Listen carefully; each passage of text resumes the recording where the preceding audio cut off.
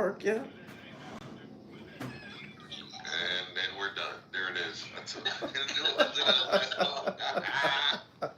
job, Edmonds. Oh, and he's, by the way, he's one of your brothers, Sam. This is your brother. No, I'm not Jewish. My mother's gorgeous. I'm a Michelin concrete. My mother's got to be Jewish. She's gorgeous. Sam is his own man. I'm not a member of his tribe, Concrete. He's one of your people. I'm a member of your tribe, Concrete. Are you denying your bro? I mean, you're a black man, right? Last time I checked. What makes you a man? I hate you, Congress. Like, literally, like. Edmonds, be normal so you can inspire confidence and solidarity. Don't run away, Concrete. He asked you what makes you a man. I don't know. You know what happened? You don't know what makes you a man? Yeah, that answers your question. I don't know. What makes a man, Mr. Lebowski? Is it being prepared to do the right thing, whatever the cost? Yeah, you know that reference? Good one. One of the favorite movies. Why don't you get yourself a job, Mr. Lebowski? Jobs. Did I miterate on your rug?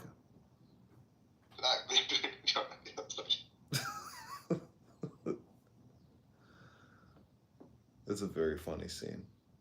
That was a great fucking movie, yo. That's the worst fucking movie ever. Out of your fucking mind. Really? It's a My very buddy funny once movie. said it was the best movie ever showed at me in college, and I was horribly disappointed. It's it's not even close to maybe being funny in some approximate way. Why? Out of your mind. Cinematic genius. I am the walrus. I am the walrus. I don't know. Why do people like that movie so much? Because it is an eclectic blend of characters. It's got artistry, it's got mystery, it's got fucking musical elements. It's just, and it was perfectly done. Yeah. It wasn't ham-fisted in any way. It was just really well written, well acted, well directed, well choreographed artistry. Well, it puts. What were you say, Sam? Oh, I was just gonna say, according to Millicent, these have no difference in how they affect you psychologically. So I'll have Exhibit A.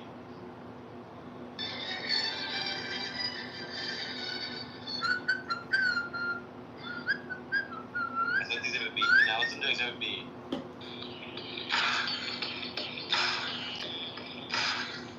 Wait, Sam, you think that certain drum beats are gonna make you feel more aggressive? You think certain sounds are gonna affect you to be more aggressive? Oh, man. Wait, hold on, Sam. Oh yeah, it's a strong man now. Are you saying that certain noises have a psychological effect? How is he strong manning you, Miller? I'm talking about like the simple drum beat that like soldiers march to. I'm not talking about Are you like talking about like during the Civil War? I'm talking about like choreographed music. Yeah, sure. And I already So you relegated this entire examination to a particular period in time where they only used one instrument? Is that it? When did you tell us that? What? You relegated the examination of this concept to only one particular time when they only used one instrument. That the entire scope of your fucking examination? That's what we were talking about. Oh, did you say Civil War era, Sam? Or did you make a general case for music and marching and band? The initial statement I said is that in hip-hop, I find it easier when rap beats come on to rap about more aggressive topics than more chill ones. And I said there's probably something about the drum beats themselves that are typical in hip-hop songs that would make me feel like slightly more aggressive. And then Abe was skeptical of this. That's what started this. Abe? For some strange reason, he thinks that drums by themselves can't like elicit like more aggressive. Well, what you have to be looking at is the reverse engineering aspect of it. What is the stickiness and, you know, the amount of time that people will watch your video. So if you compare Mozart to Eminem, it seems like a lot of people today prefer Eminem. Edmonds, have you figured out how to become viral yet? You know, I spam so much that and I don't have any real data Yes or no? analytics. So yes or no? Well, it's hard to tell. It's hard to tell from my perspective. Do you have any videos where you've gotten a substantial amount of viewers? Yeah, but there was no financial success from the What's videos. a substantial amount for you? Like 10 million views. You've got one video that did 10 million views. No, multiple videos. Okay, And so Sam, what was the rest of your it? initial point was about why you getting all salty, bro? We're all chilling, bro. We're chilling. What are you doing? But then Why you like all talking? the example that you gave Why you for feels that bad? was how like a marching army on the march will use like a drum, right? And you thought the drum will make Do them you like feel more- embarrassed by your own like? No, I just want to talk to Sam. willful Not your ignorance? idiots, Why are you like insulting me? You're the How gay can guy. you use this idiot as like a show? You're the gay guy. Like, why are you trying to insult me? I haven't insulted you. What are you talking about? I mean, aren't you essentially talking about how to create a video that gets a lot of likes and a lot of views? Look, Miller feels bad right now. He's trying to get his manhood back. He wants to fight Sam and be very aggressive. No, I'd just rather talk to Sam than to talk about how much he status. He was being willfully obtuse, and I was like, painful. Good evening, gingers. Good evening, Kush. This is what can happen. If we work together, we can be powerful together. But see, you just are unwilling to have a black-Jewish alliance. You know what I mean? You're just you got too much hate in your heart. You got too much hate in your heart for the Jewish man to let alliances. Like, see, we're concrete. The me and you, 1-2 punch, concrete Sam, very strong combination. I have a question. Miller's is like lightweight and easy. Oh, I super doubt the 1-2 punch of Sam and concrete. Miller's is like really That's easy. probably the like, yes. So, Guys, I have a question. Why are Jews, most of them always whine like so annoying all the time? I know, right? I know. It's, where do you think The Jews complaining all the time. Jews have a history of being diamond dealers and during times of smuggling, having a large nasal capacity? To put the diamonds in the nasal capacity is how the Jewish diamond smugglers were able to transport large numbers of It's a little bit diamonds. ironic that you're complaining about how we complain. It's just a question. It's just that you're complaining about how we complain. Is that not? I said, I so you're not. No, I'm just saying the white Jews always whine. Yeah, but But like, you're whining about that. Because we make a kiddush every Friday. We like to drink red wine with our meats. It's called wine. Are you talking about the grapevine wine or whining about politics or racism or abortion or interest rates? What are we complaining about? Like, I believe in stereotypes for sure, and I don't think everybody needs their stereotypes, but I think they You can. think Asians are the best at math? yeah, like I question. Just a question, like, why are black people inferior to white people? I don't know. I'm not sure. Can you answer my question first, then we go to that topic next? I did answer your question. So why do Jews always complain? This is such a waste of time. I'm gonna go read a book. What more do you want me to say? Why are you complaining about Jews Miller, complaining? You want me to take him down for you, Miller? I can figure it. I can make it work. Why are you complaining about Jews complaining? Fucking pebble, dude. It's just a He's question. aggressive, It's man. not I don't like that about you. Aggressive. What are you I talking don't like that about you. You just Kush. all Jews. So I'll explain it to you, Kush. So what happens is, because there is a strong religious component, and that religious component. Strong religious components with regards to Just Jews? chill, Edmonds, just chill. I got What you. makes it You gotta put him on strong? Congress. He's literally the most disruptive motherfucker Just chill, Congress. Just chill, bro. You think man. Congress endorsement in here? No, Just he's chill. Just chill. So, Kush. That's some validation right there. Concrete, he's saying that you're the most disruptive, obnoxious person on here. Yeah, Millicent's a child. Melissa's her child. That was Sam that said that? No. So, Kush, the reason why they complain a lot, I'll just tell you that there's a strong religious component. And religion sets a standard. Religious components. Hold on. So what happens This is what happens when you betray your Jewish brethren. Millis, calm down, bro. You make deals with the devil. I got you, bro. I got you. So what happens is when you have a strong religious Lions of compass, sand and concrete. That's now been undermined by You gonna cry, alliance with clear Yo, Converse, you there, bro? Strong religious component. So you got Millis under control, trying to talk. What's going on? We're talking about a strong religious component. You got Congress, you got Millis, they won't just chill. So, Kush, the issue is that what happens And you is... now empower Congress. Oh, wow. It is a strong religious component, Kush. You're not gonna stop. I think they're triggered. Yeah. You see Hulk Hogan next to me, Kush? Hulk Hogan was Jewish. You know what it is, Converse? I think I'm they're trying to like bash someone. jealous or I'm trying to something. I never saw Hulk Hogan complain once in his life. I never said you're preemptively trying to block me, but you don't even know what my argument is. But Kush, the issue is that what happens is you have a strong moral compass. Strong religious component. Converse, please help me out, bro. He's not gonna stop. Why are you guys feeding stereotypes right now, guys? Come on. Hulk Hogan never complained about being Jewish. Why are you complaining about Jewish people complaining? What do you guys say about creating? Just move him, bro. I'll say it. He's talking about a strong religious component. Congress, you gotta move Congress down. You gotta move Congress down. I have another.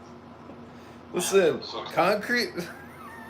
You have a strong moral compass. It offers a contrast between the world and what the world could be. You gotta move Congressman And so you end down. up seeing so much injustice and so much wayward moral behavior that you can't help to call Oh it my out. God. So what you take to be complaining is actually just a critique on the broader world, and it's I agree with saying he's the best player in the country. The signature probably a bitch. The good news is the state is much more lenient. well, the We annoying really need to part hire is that people or you have might be some very kids. comfortable Like, in if a you do a whole day, debauchery getting six world. every 4 days, we'll just high traffic. The standards that have been set, and it just feels uncomfortable. It feels uncomfortable. I think for you. Will Hood is hated Trying and to he would disrupt lose that no comfort actual by living calling support, attention just the round No, it's like that. It's something. like I get like a headache. Previous nobody's worse. I understand there's a physiological effect or a physiological component to discomfort. That's all I'm saying. And also, I have another question. I don't think that's true. I don't think I go into debauchery or anything. Debauchery. Do you mind if I ask you some personal questions and we can figure it out if it's the case? Hold on, I got one more question. Go ahead. And I'm done. You asked me a question. I hear that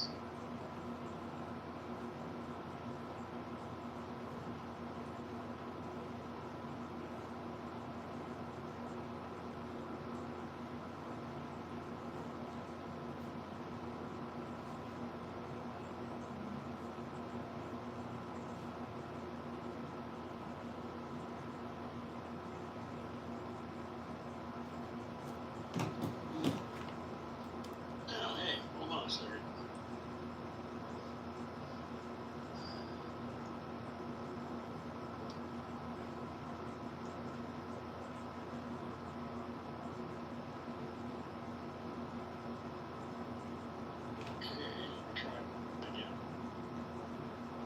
Okay, good. Congressman, welcome. Hey, how are you doing? Potential congressman, anyway. Candidate congressman. Candidate, there you go.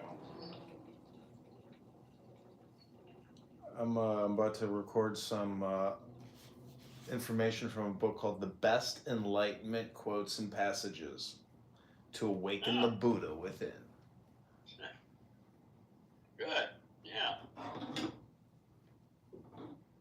Yeah. I don't get it. You're a Republican. Yeah. How do you feel about the Republican Party? Pretty good, because I live in the land of Lincoln, and I'm a big Abraham Lincoln fan, and it was the Republicans that Well, saved no, the I'm talking about republic. not Abraham Lincoln Republicans. I'm talking about what's going on today. Oh well, You're I would comfortable with the Republican Party? I would call it more. I would call that what you're describing as the Uniparty, not the Republican Party. You call it the what? Uniparty. Uniparty? It doesn't matter who's in control. They're just going to keep borrowing and spending. They're spending $20 billion a day. $20 billion a day. The federal government passes out. Yeah. Listen, it's all well. Okay, yes. All right. Anyway, so you're not uncomfortable with the agenda that the Republican Party is pushing in this country.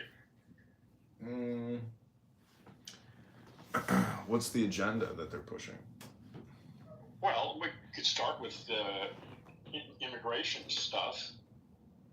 That would be a good place to start. The roundups of people, Yeah. not criminals, not all the criminals that you talk about, but just working people. Yeah. That you're okay with that? Well, this is why I meditate. I hate to tell you that, it's hard to be okay with that, but, knowing that this country is all immigrants, it's hard to know how to process this situation, because if you work for ICE and that job is supporting your wife and kids, and it's your job to go deport people. Yeah, I know. It's everybody's self-centered. Yeah, I got that. Everybody's worried about paying the rent, whether they're immigrants or ICE officials or whoever. That's the problem. They don't have any fucking morals. They don't give a shit. They give them enough money and they're happy. Mm-hmm. That's what happened in fucking Germany. Yeah, that's true.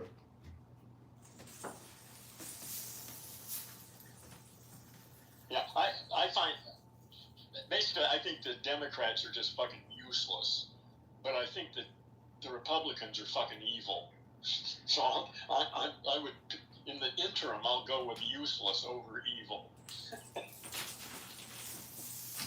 Yeah, I mean, I don't know. I'm actually more of a libertarian than, the Democrats or Republicans, because I just view them as both being... Well, then why are you a Republican? Because... Why don't you run on another party? Because I'm running against a Republican, and it's basically a strategy. Like, this is the way, this is the Trojan... So you're not really a Republican, you're wearing their coat for this particular play? Is that what's going on? No, I want to essentially reintroduce a pure, truer form of republicanism based off of Abraham Lincoln as the precedent. Yeah. You actually think you think America will still be here in 10 years? Well, this again is one of those things where if you can say it, it is not true. I actually believe that this campaign has been an incredible experiment of communication, and so. You mean your campaign? Yeah, I think. Yeah. Because I think that's the value of it, is you can put ideas out into the world. Fuck whether you get elected or not. The point is you're able to put ideas out there. Yeah. That's important. 100%. If you ask people, what is 7 trillion divided by 365 days, most people cannot even tell you what that is. No, fucking, they don't even give a shit. Well, that calculation is an important number, which is 20 billion a day. Yeah, I got it. But it's irrelevant to most people. That's not the way they think. Weirdos like you and me pay attention to all this shit. Most people don't care. They don't want to know about it. It's too much trouble. It's going to get in the way of their ability to watch television tonight if they have to think about all this political and economic bullshit. They don't want to think about it.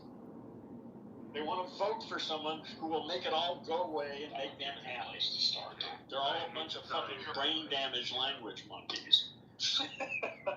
Sorry, I get carried away sometimes. Well,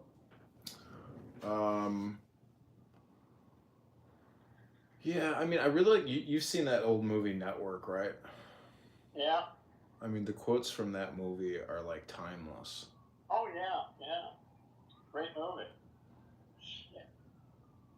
Everybody's pissed off, but nobody's pissed off enough to actually read anything or study anything or devote themselves to taking some action. They sit around and watch TV and complain.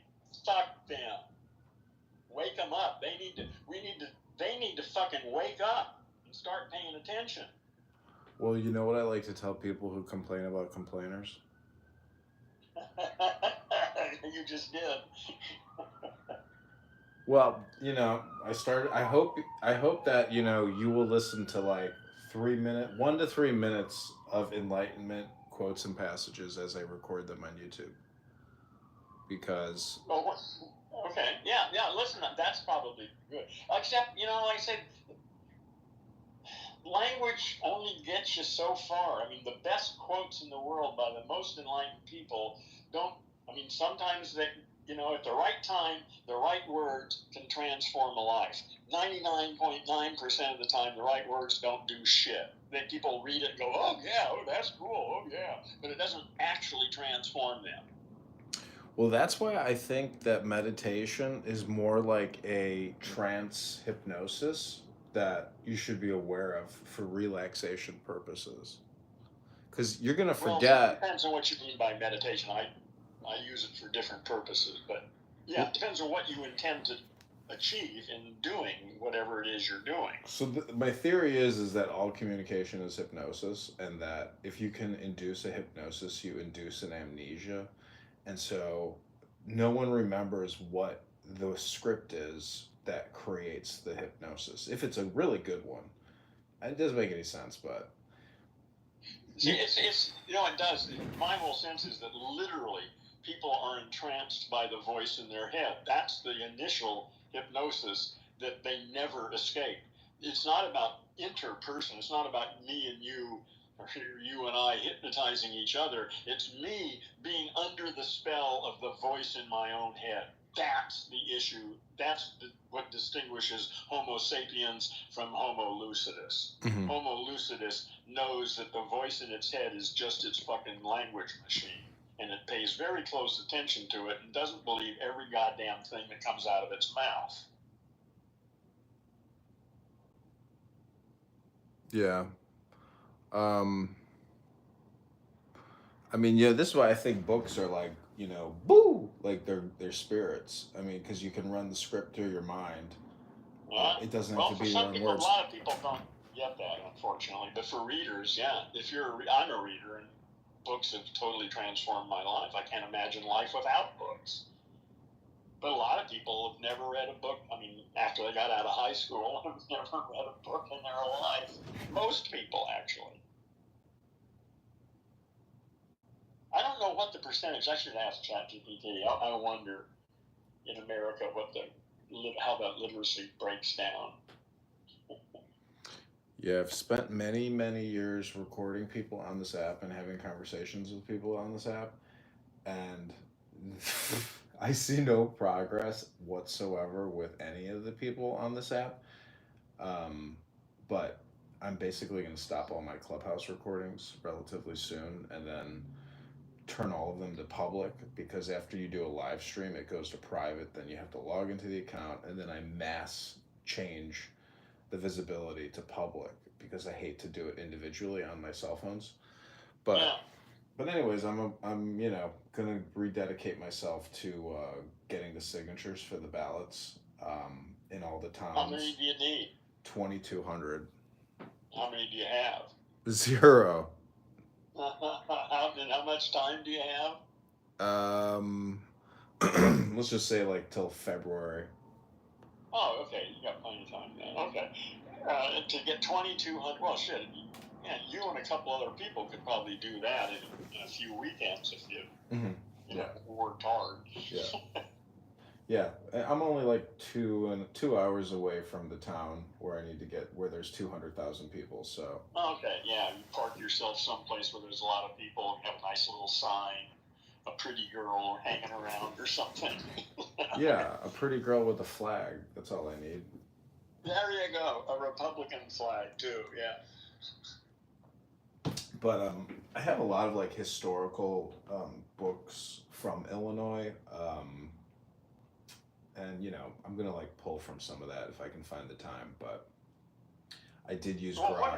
What is your intention? What is the change that you want to implement in your actions here? What do you want to have happen? I mean, probably being elected is just ain't going to happen. So then, or is that still? I mean, it's not impossible. I mean, weirder things have happened in the universe. Oh yeah, yeah. I mean, believe me, it's all about injecting mind viruses, and if I can Okay, get well, so you're up for winning it if that works out, but then it's unlikely. But you're up for that? You ready for that? yeah, I'm ready to win this thing. Okay, all right, cool, yeah, all right. I'm 42. I've been through the corporate world. I've been through the government. I've been through the Yeah, military. you can make up shit as well as anybody else, probably. Well, that's kind of the point where it's like, I don't know. I feel like, if I can basically introduce an enlightenment approach to politics and help educate people on the economy and the Federal Reserve and borrowing and spending and the banking industrial complex. Okay, good luck, man. Good luck. I mean, I've been talking about this stuff with my uncle for many, many years, and he's a big critic. This stuff is vital to a lot of people. Maybe who knows? Maybe as many as 5% of people actually care about this. And it's honestly, it's true. It's important. All that's true. It's just that the vast majority of humans don't give a shit. Well, see, that's the problem. That a 17-year-old, 25-year-old girl or boy, right out of college, like if they are completely unaware of how they are essentially an automaton in a much larger system, they will never. No, they can understand that. That's a separate issue. Come on, those aren't the same issue. Understanding how the present system works is important to understand. Well, it's basically it's the rat race. That's what it is. Yeah. Well, capitalism was a wonderful step forward from feudalism. It was a great thing. It served the planet well for a couple centuries. It doesn't work anymore. This is a new world. We're going to have to come up with something better than that. Oh, I heard people talking about maternity leave, paternity leave today, and I couldn't stop laughing. I was like, could you imagine you're so poor that we have to force our employers to give us a little time to have a baby, and then you get right back to work. It's like, why are they even having babies if they're in that kind of a situation? Fuck them. They shouldn't be having babies if they can't afford to have a fucking baby and raise it properly. Well, see, this, the communication is about how can we work, have a baby, have a house. How can we, how can everybody have everything? Yeah, no, everybody, you can't have everything. You have to make choices. Well, I'm saying the model, have children. The model is all based around the family. So, I mean, that's the basis of which is, again, really a wonderful model for, I don't know, maybe 50% of people. But that model doesn't work for everybody. It didn't work for me. I'm a hermit. I love being a hermit. I never wanted to be married and have a family and kids and a house and responsibility. None of that was ever of any interest to me. Well, that's the primary communication, the nuclear family. It's the basis of our government, the basis of society. You got to learn how to say it. It's nuclear, not nuclear. Nuclear. You're going to get laughed off stages. I've been listening to this nuclear, complaint my whole life. Yeah. Well, learn it. You don't want to have to listen to this the rest of your life. Well, anyways, the point is, I mean, I can tell you why I think there's a problem with the government. It's $20 billion a day problem. That's the biggest problem. Like I say, I don't care. The United States is out of the picture. It's over. I expect it'll be gone in 10 years. Maybe it'll drag out a little longer. I don't know. But it's over. The American century was great. We did some good stuff. We did some shitty stuff. And we ran the world for a while. That's over. And we better wake up to that. Because it's China's turn for the next 10 years maybe, and then they're going to collapse. But in the meantime, we'd be smart if we partnered with China instead of argued with them.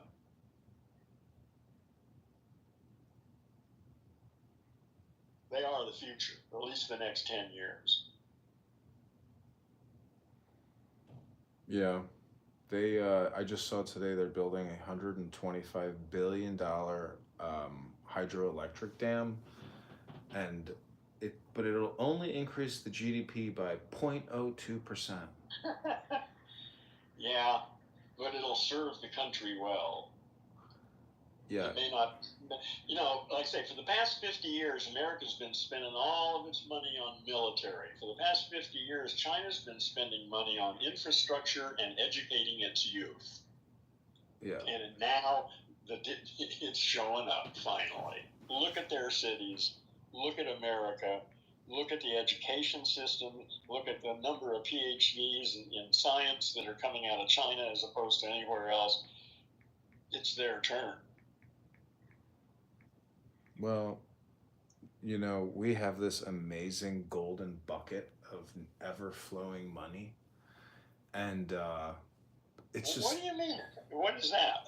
A bucket of ever flowing money? What the fuck are you talking about? Meaning that, like, your average Chinese, per capita income, let's say it's 8,000 a year.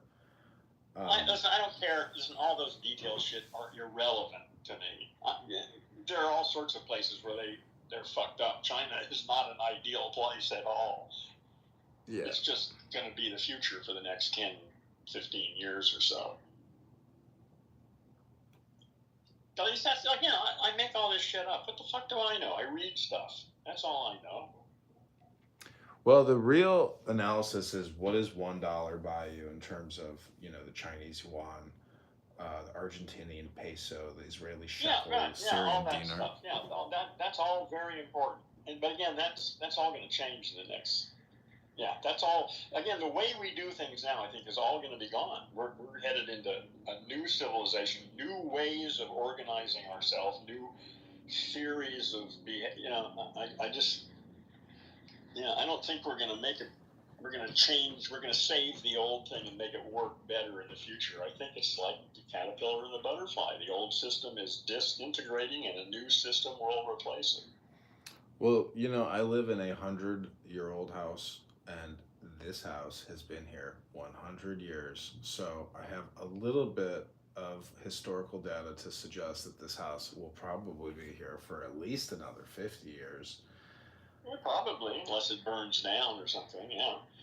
Well, I mean, that's what I'm saying. It's like, you can say all day long that America is going to disintegrate, but that's like saying, No, it has disintegrated. It already has. Look, the bridges. You can't see it. America is decaying. It's just fucking falling apart. There are a couple bright spots here and there, but you look at the major cities in the United States, they're all dying. Well, when was the last time you had been to Fort Lauderdale? No, there are some places that are cool. Listen, I don't know. I mean, Governor Ron DeSantis loves to tout how they've paid down the debt 2 years in a row. Listen, no income tax. This is just not a subject that I give a shit about and have any interest in discussing. All this economic stuff is of no interest to me. So well, that's what you want to talk about. You're going to have to go start. That's why I came in. The only reason I'm doing this is because, I'm using this as political campaign content, but I came in here, to discuss enlightenment quotes and passages. Yeah, well, that's something we can talk about. Although, like I say, the word enlightenment is problematic, but yeah. Why is it problematic? Because nobody knows what the fuck it means. People talk about it all the time. They're not enlightened, but they've got all these opinions about enlightenment. They don't know anything. Well, the word is in light, so what is the source of light? Beats me. What, the flashlight, the sun? No, it's wisdom. Wisdom is always considered the light. Oh, listen, okay. You're doing poetry now. Fine. We're shifting from politics. Yeah, I don't know how much there is for us to talk about, really, because that's interesting. Yeah. Well, we don't have to talk about it. I think your path is just really different than mine, and I'm not sure that there's that much overlap to talk about. Well, why would you think some random person on the internet is going to overlap with your journey? Oh, well, no, I don't assume that's going to happen, but it does happen sometimes, and that's always encouraging. No, I assume they don't, but I'm here. I'm looking for people who are. The only reason I'm here is because I'm a revolutionary. revolutionary. I'm here to change people's minds about stuff. And so what I'm interested is to finding a person who's open-minded, who isn't totally nailed down every last possibility and assumption and is still asking questions. That's the kind of person I want to talk to. Well, I know this pretty large. She said, I feel like the problem is people ask questions. Want to say that again? I met this beautiful attorney once at a bar, and I started seeing her, and she was confiding in me and telling me about her work, and she was frustrated, and she said, I feel like the problem is people ask a lot of questions. That's like saying, get away from that woman quickly.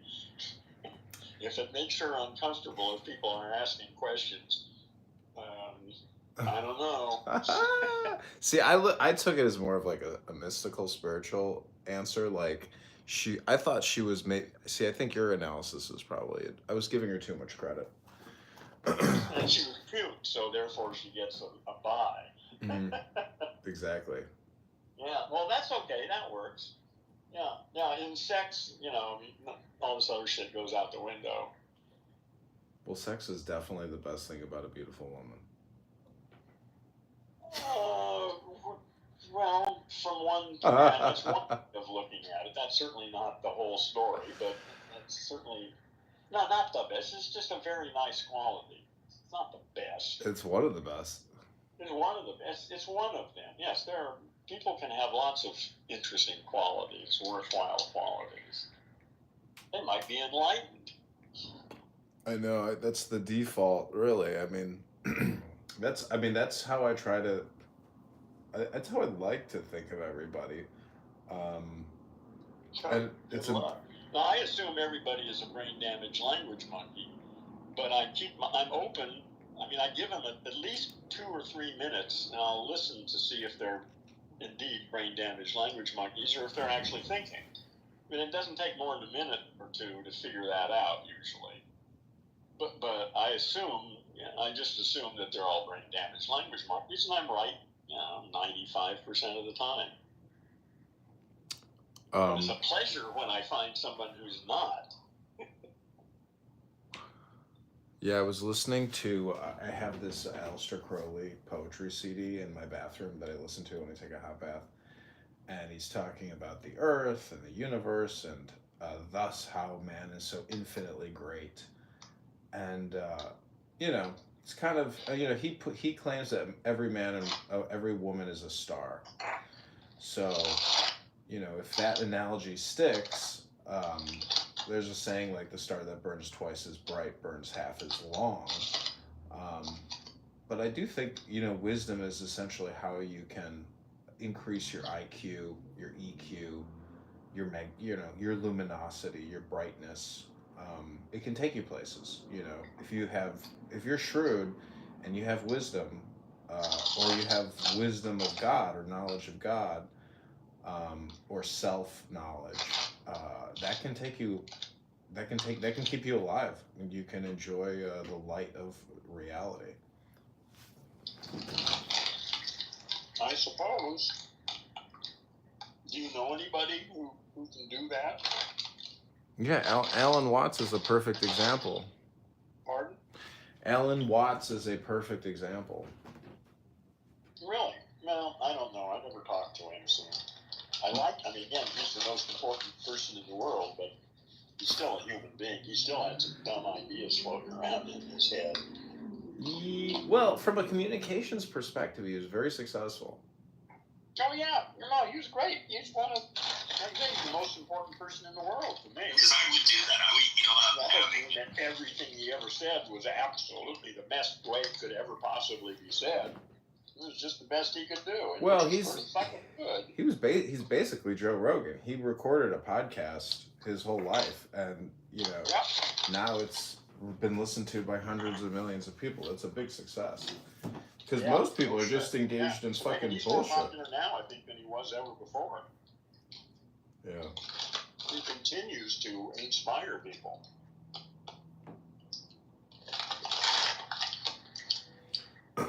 Okay, I'm gonna record from this book, To Awaken the Buddha Within. You want to hear a couple passages? Wait, no, I don't actually.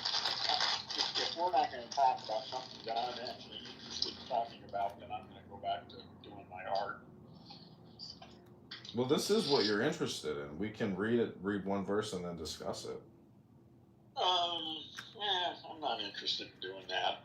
Like I say, I'm here to Do you want assist people to wake up from the. Do you want to hear what the Do you want to hear what the contents are? I'll just give you the 10 words. No, I don't. I really don't. I'm not interested. Well, this is what you're interested in. I can do with my time that it would be more productive. You know. Okay, well then I thank you for the brief conversation. Yeah, listen, I'm here to talk about stuff that I'm excited about.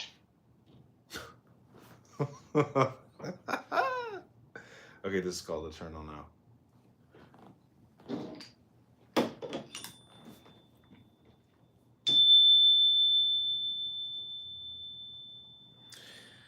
What actually happened was something absurdly simple and unspectacular. I stopped thinking. Reason and imagination and all mental chatter died down. For once, words really failed me. Past and future dropped away. I forgot who and what I was. My name, manhood, animalhood, all that could be called mine. It was as if I had been born that instant, brand new, mindless, innocent of all memories. There existed only the now, that present moment and what was clearly given in it. To look was enough. What I found was khaki trouser legs terminating downwards in a pair of brown shoes, khaki sleeves terminating sideways in a pair of pink hands, and a khaki shirt front terminating upwards in absolutely nothing whatever, certainly not in a head. It took me no time at all to notice that this nothing, this hole where a head should have been, was no ordinary vacancy. No mere nothing. On the contrary, it was vast emptiness, vastly filled, and nothing that found room for everything, room for grass, trees, shadowy distant hills, and far above them snow peaks, like a row of angular clouds riding the blue sky. I had lost a head and gained a world. Douglas Harding. Most of us assume as a matter of common sense that space is nothing, that it's not important and has no energy. But as a matter of fact, space is the basis of existence. How could you have stars without space? Stars shine out of space. Stars shine out of space, and something comes out of nothing just in the same way as when you listen. In an unprejudiced way, you hear all sounds coming out of silence. It is amazing. Silence is the origin of sound, just as space is the origin of stars. And woman is the origin of man. If you listen and pay close attention to what is, you will discover that there is no past, no future, and no one listening. You cannot hear yourself listening. You live in the eternal now, and you are that. It is really extremely simple, and that is the way it is, Alan Watts.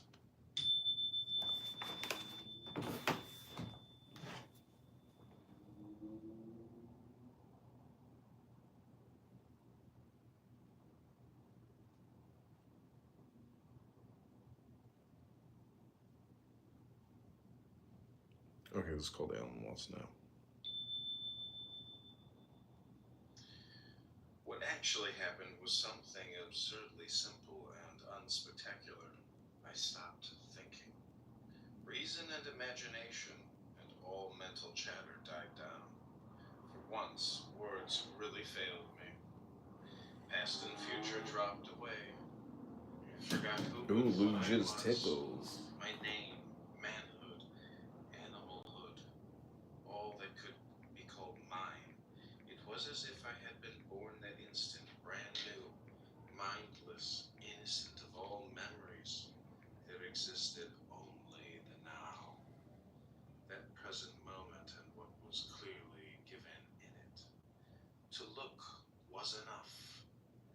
I found was khaki trouser legs terminating downwards in a pair of brown shoes, khaki sleeves terminating sideways in a pair of pink hands. The khaki shirt front Okay, I'm reading Wisdom Ben. I've been listening to Clown House for like 2 weeks now. This is a reading break.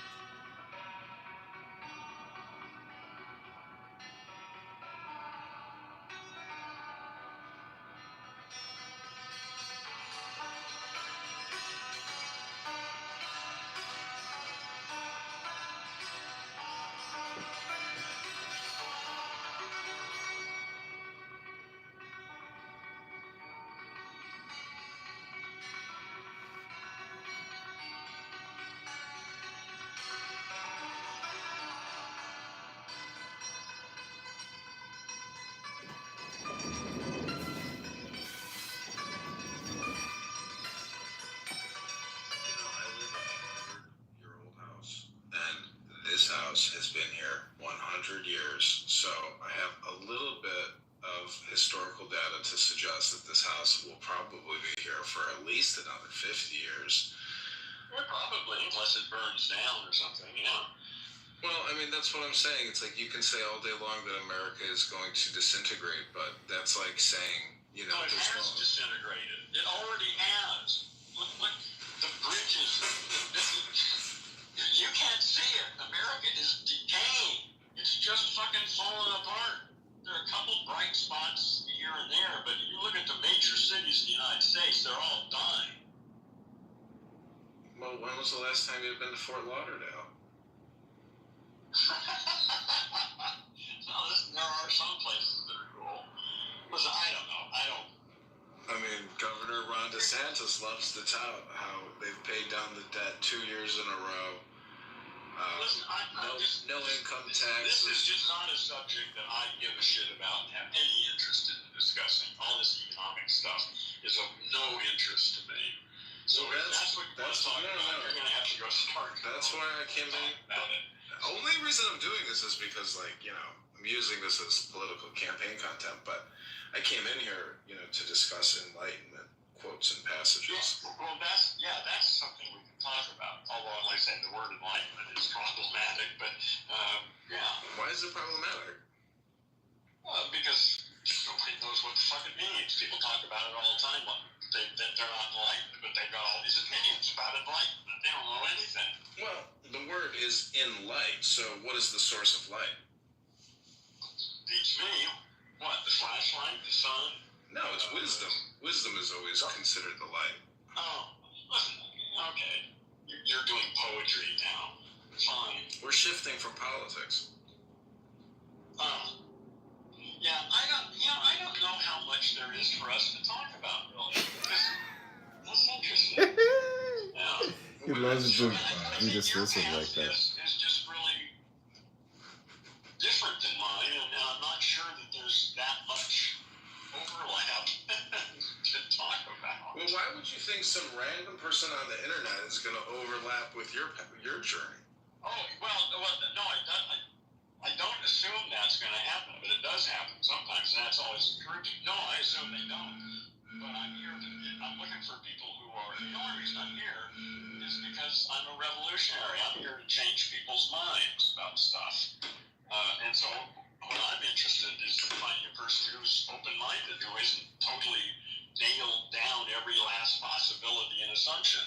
And you know, I live in a 100-year-old house, and this this house. People love to talk. What actually happened was something absurdly simple and unspectacular. I stopped thinking.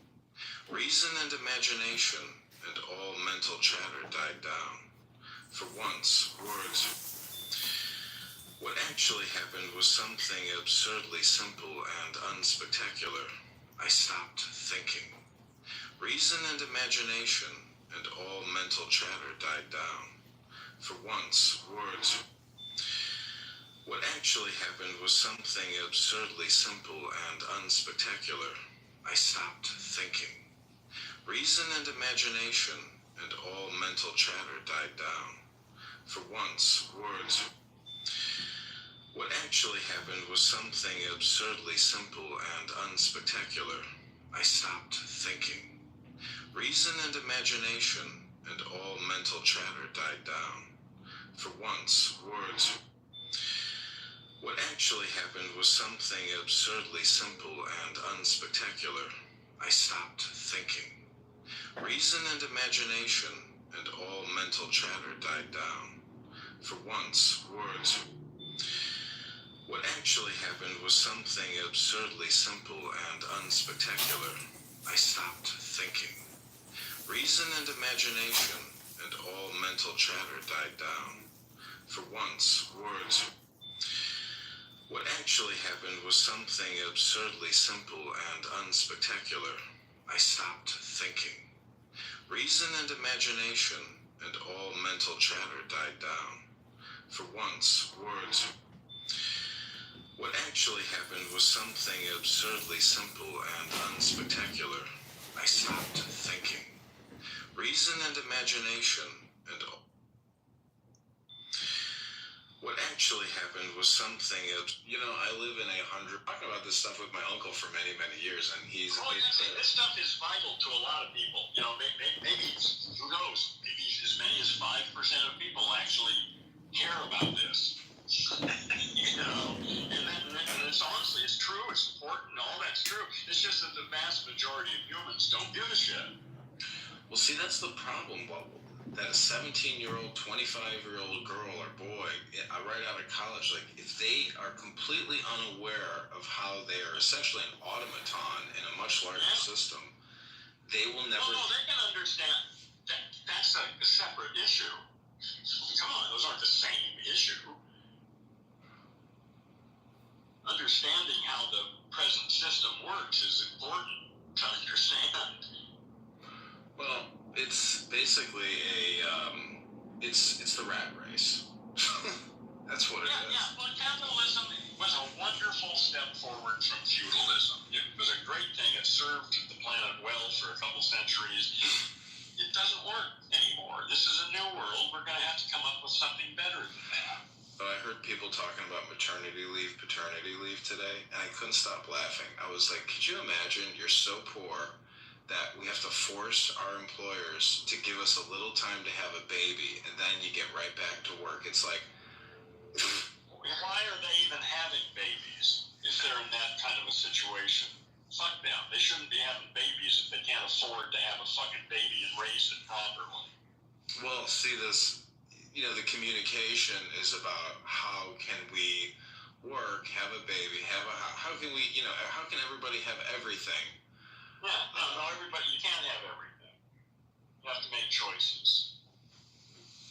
Well, I'm saying the model is all based around the family. So, I mean, that's the basis of... Yeah, which is, again, really a wonderful model for, maybe 50% of people. But that model doesn't work for everybody. Didn't work for me. I'm a hermit. I love being a hermit. I never wanted to be married and have family and kids and a house and responsibility. None of that was ever of any interest to me.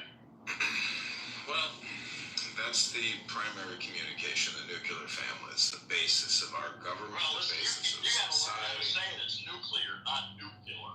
Nuclear. You're going to get laughed off stages. I've been listening to this nuclear, complaint my whole life. Yeah. Well, learn it. You don't want to have to listen to this the rest of your life.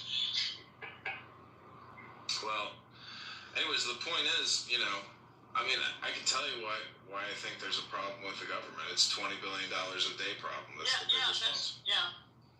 Like I say, I don't care. I've talked about this stuff with my uncle for many years, and he's. Oh, this stuff is vital to a lot of. I like how he finishes every communication with "I don't care." What actually happened was something absurdly simple and unspectacular. I stopped thinking. Reason and imagination and all mental chatter died down. For once, words. What actually happened. Okay, I'm gonna read a few more of these.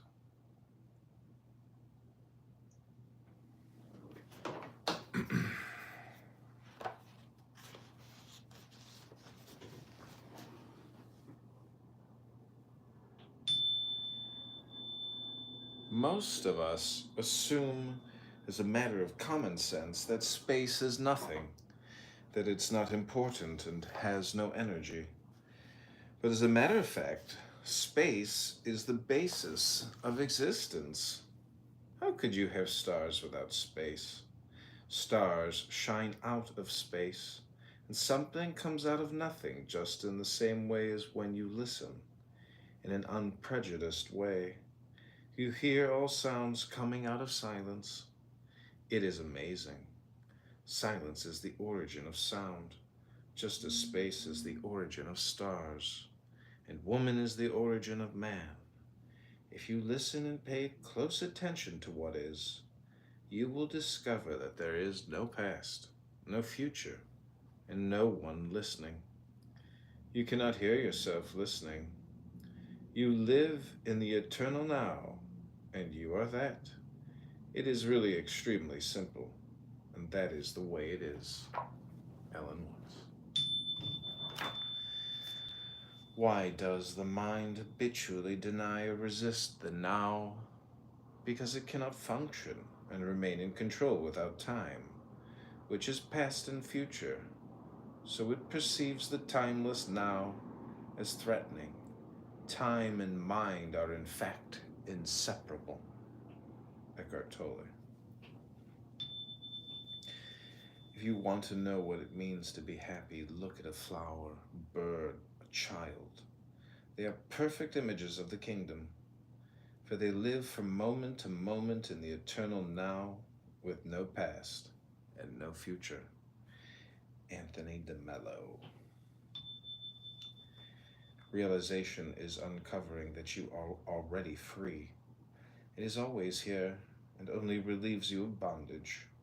It is throwing the bucket of your individuality into the well of being without the ropes of desire, intention, thought, or attachment. Don't try to go anywhere. Just simply be. The only need is to be, not even seeing. It is so simple that it is difficult. It is here and now, this very instant. There is no today, yesterday, or tomorrow in the now. When nothing ever existed, what is there to be free from? Emptiness has to be emptied of emptiness. Freedom must be free of freedom. In freedom, there is nothing to do and nothing not to do. It cannot be imagined or touched. Human birth is for this freedom. So smell freedom. Inhale freedom. Be freedom. Every moment freedom is here to hug you. Eternity is now, living moment to moment. It's a matter of common sense that space is nothing. Most of us assume.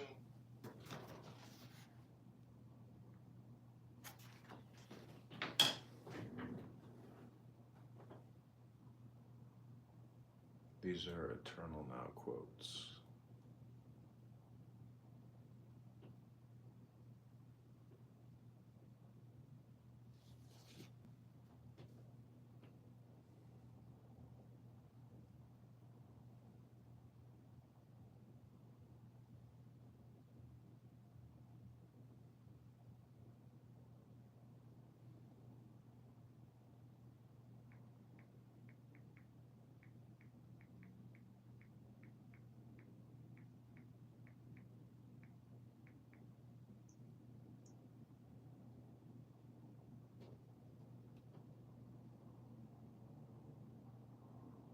house will probably be here for at least another 50 years.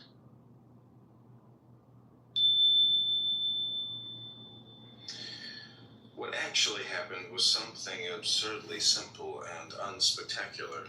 I stopped thinking. Reason and imagination and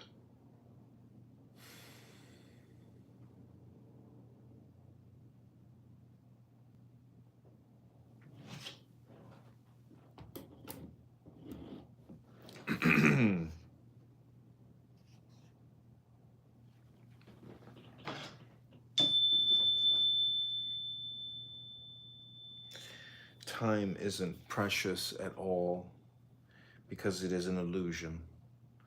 What you perceive as precious is not time, but the one point that is out of time, the now. That is precious indeed. The more you are focused on time past and the future, the more you miss the now, the most precious thing there is. Eckhart Tolle. Know that in this way there are myriads of forms and hundreds of grasses throughout the entire earth, and yet each grass and each form itself is the entire earth. The study of this is the beginning of practice. When you are at this place, there is just one grass, there is just one form. There is understanding of form and no understanding of form. There is understanding of grass and no understanding of grass. Since there is nothing but just this moment, the time being is all the time there is. Grass being, form being, and are both time. Each moment is all being, is the entire world. Reflect now whether any being or any world is left out of the present moment. Dogen. Life can be found only in the present moment. The past is gone. The future is not yet here. And if we do not go back to ourselves in the present moment, we can't be in touch with life. Non-duality, chapter 10. You are total unicity beyond duality. That you are so one with yourself that you cannot perceive yourself. You can only imagine that you are other than that. It is like a knife that can cut so many vegetables but cannot cut itself because it is one with itself. Or the scale which can weigh so many objects but cannot weigh itself. It is the same with the one supreme self, the soul reality. Being ever one with itself, it cannot perceive that which it is. It can only perceive what it is not. Muji. Though others may talk of the way of the Buddhas as something to be reached by various pious practices and by sutra studies, you must have nothing to do with such ideas. A perception, sudden as blinking, that subject and object are one, will lead to a deeply mysterious, wordless understanding, and by this understanding you awake to the truth of Zen, Huang Po. When your mind doesn't stir inside, the world doesn't arise outside. When the world and the mind are both transparent, this is true vision, and such understanding is Bodhidharma. Time isn't precious at all. Time isn't precious. Precious is not time, but the one point that is out of time, the now. That is precious indeed. The more you are focused on time past and the future, the more you miss the now, the most precious thing there is. Eckhart Tolle.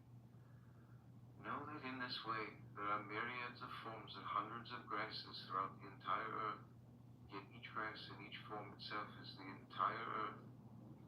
The study of this is the beginning of practice.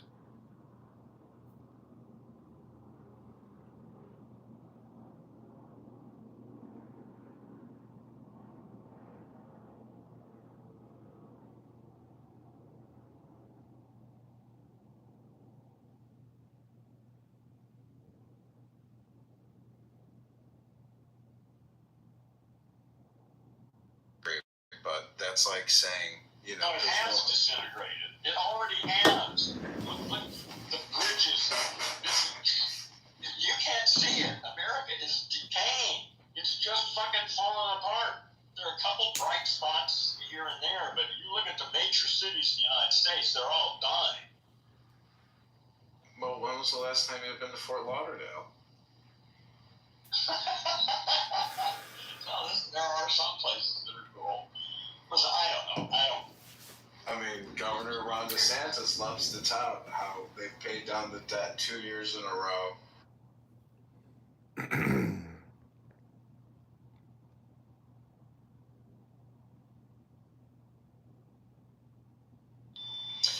Time isn't precious at all because it is an illusion.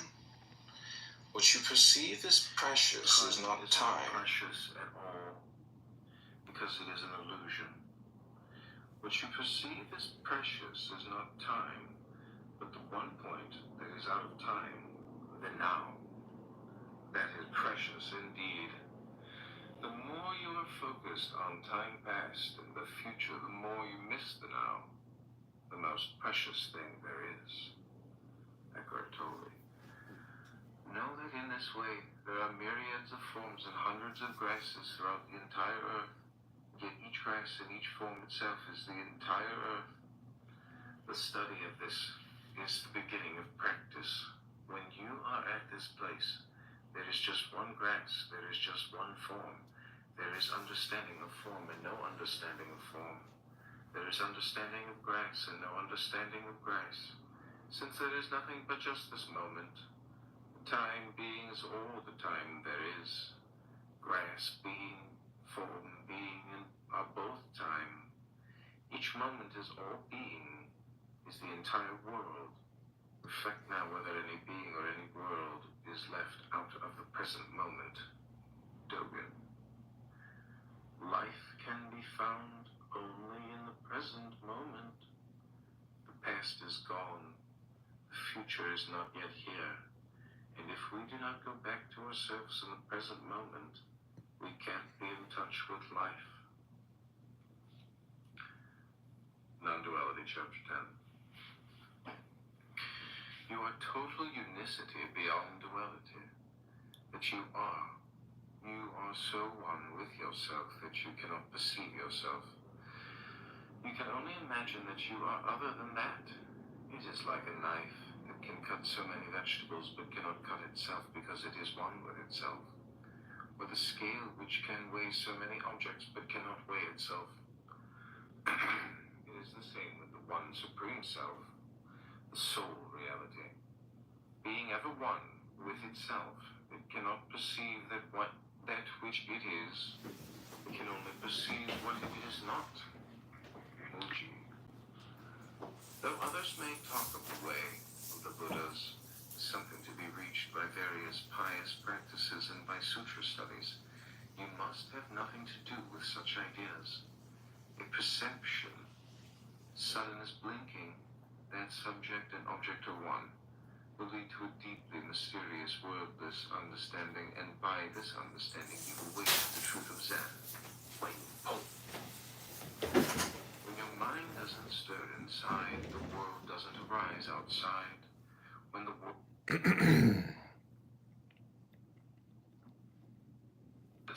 I hate to tell you that, it's hard to be okay with that, but, knowing that this country is all immigrants, it's hard to know how to process this situation, because if you work for ICE and that job is supporting your wife and kids, and it's your job to go to yeah, I know. It's everybody's self-centered. Yeah, I got that. Everybody's worried about paying the rent, whether they're immigrants or ICE officials or whoever. That's the problem. They don't have any fucking morals. They don't give a shit. They give them enough money and they're happy. That's what happens in fucking Germany. Yeah, that's true.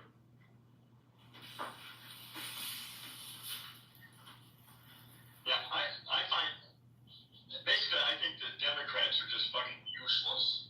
But I think that the Republicans are fucking evil. So I would, in the interim, I'll go with useless over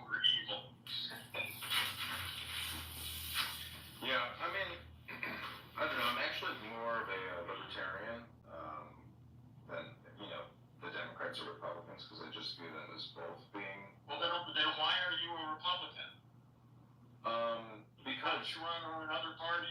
Because I'm running against a Republican, and it's basically a strategy. Like, this is the way. This is the Okay, so church. you're not really a Republican. You're wearing their coat for this particular play. Is that what's going on? No, I want to essentially reintroduce like a pure, truer form of republicanism based off of Abraham Lincoln as the precedent. Yeah. You actually think you think America will still be here in 10 years?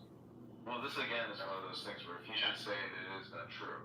You know, I actually believe that this campaign has been an incredible experiment of communication, and so. Your campaign? Yeah, I think. Yeah. Because I think that's the value of it, is you can put ideas out into the world. It's not whether you get elected or not. The point is you're able to put ideas out there. Yeah. That's important. 100%. If you ask people, you know, what is 7 trillion divided by 365 days, most people cannot even tell you that is. No, fucking, they don't even give a shit. Well, that counts. You're okay with that? Well, this is why I meditate. I hate to tell you that, like, you know, it's hard to be okay with that, but. Most people, that's not the way they think. You know, weirdos like you and me pay attention to all this shit. Most people don't care. The fault that is fatality in love, as in every other form of will, is impurity. It is not the spontaneity thereof. Economic bullshit. They don't want to think about it. They want to vote. I hate to tell you that, like, you know, it's hard to be okay with that. Volatile people that you've come across on this app, most 100%. If only they didn't believe in other personal physical ailments or issues from Zen Buddhism points to several layers of wisdom in his response. These weeks and weeks to months with your help I am spared wasted. Certainly be better by rejuvenation. Will not come easily. Heal of all, heal me. Measure of eternity, eternal God grant. Wise counsel of God. How can I make my way through the confusion? Them by denying them.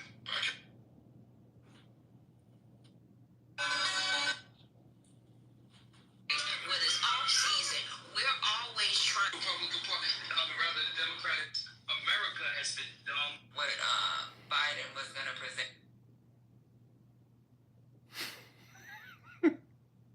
I have recorded so much Clubhouse on YouTube. It's like fucking mind blowing. There's like nobody I think I haven't sampled.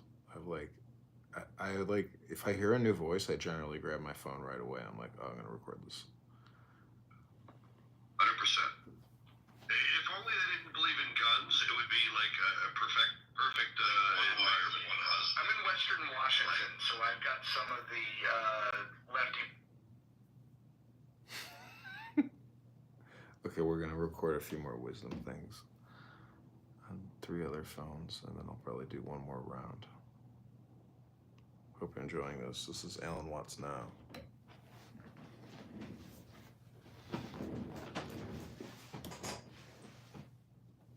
Be a good place to start the roundups of people, not criminals, not all the, you know, criminals they talk about, but just working people. Yeah. You're okay with that? Well, this is why I meditate. I hate to tell you that, like, you know, it's hard to be okay with that, but, you know, knowing that this country is all immigrants, it's hard to know how to process this situation, because if you work for ICE and that job is supporting your wife and kids, and it's your job to go deport people. Yeah, I know. It's everybody's self-centered. Yeah, I got that. Everybody's worried about paying the rent, whether they're immigrants or ICE officials or whoever. That's the problem. They don't have any fucking morals. They don't give a shit. They give them enough money and they're happy. That's what happened in fucking Germany. Yeah, that's true.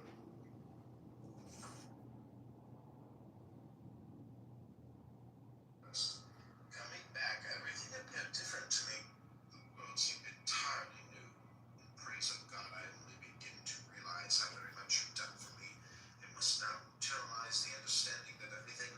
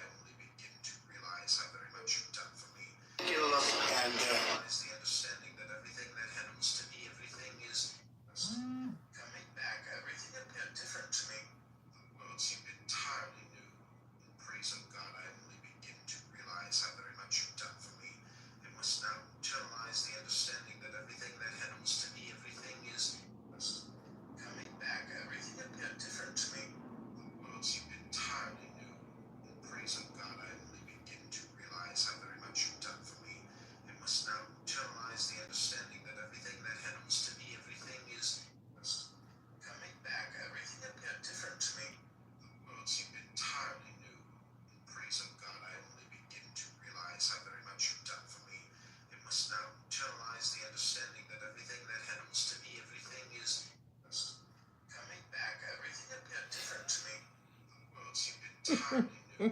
In praise of God, I only begin to realize how very much you've done for me. I must now internalize the understanding that everything that happens to me, everything is coming back. Everything appeared different to me. The world seemed entirely new. In praise of God, I only begin to realize how very much you've done for me. I must now internalize the understanding that everything that happens to me, everything is coming back. Everything appeared different to me. The world seemed entirely new. In praise of God, I only begin to realize how very much you've done for me. I must now internalize the understanding that everything that happens to me, everything is coming back. Everything appeared different to me. The world seemed entirely new. In praise of God, I only begin to realize how very much you've done for me. I must now internalize the understanding that everything that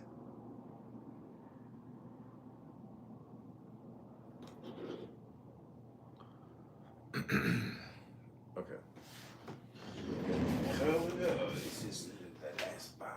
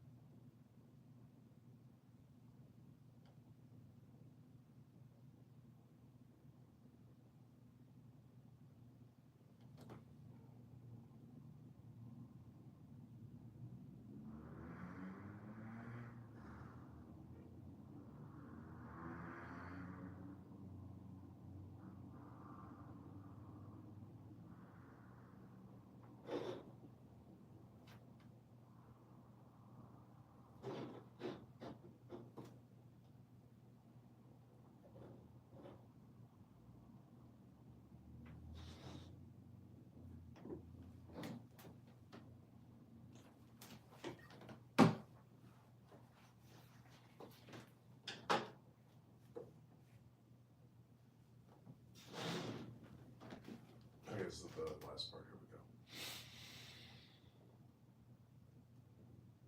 When your mind doesn't stir inside, the world doesn't arise outside.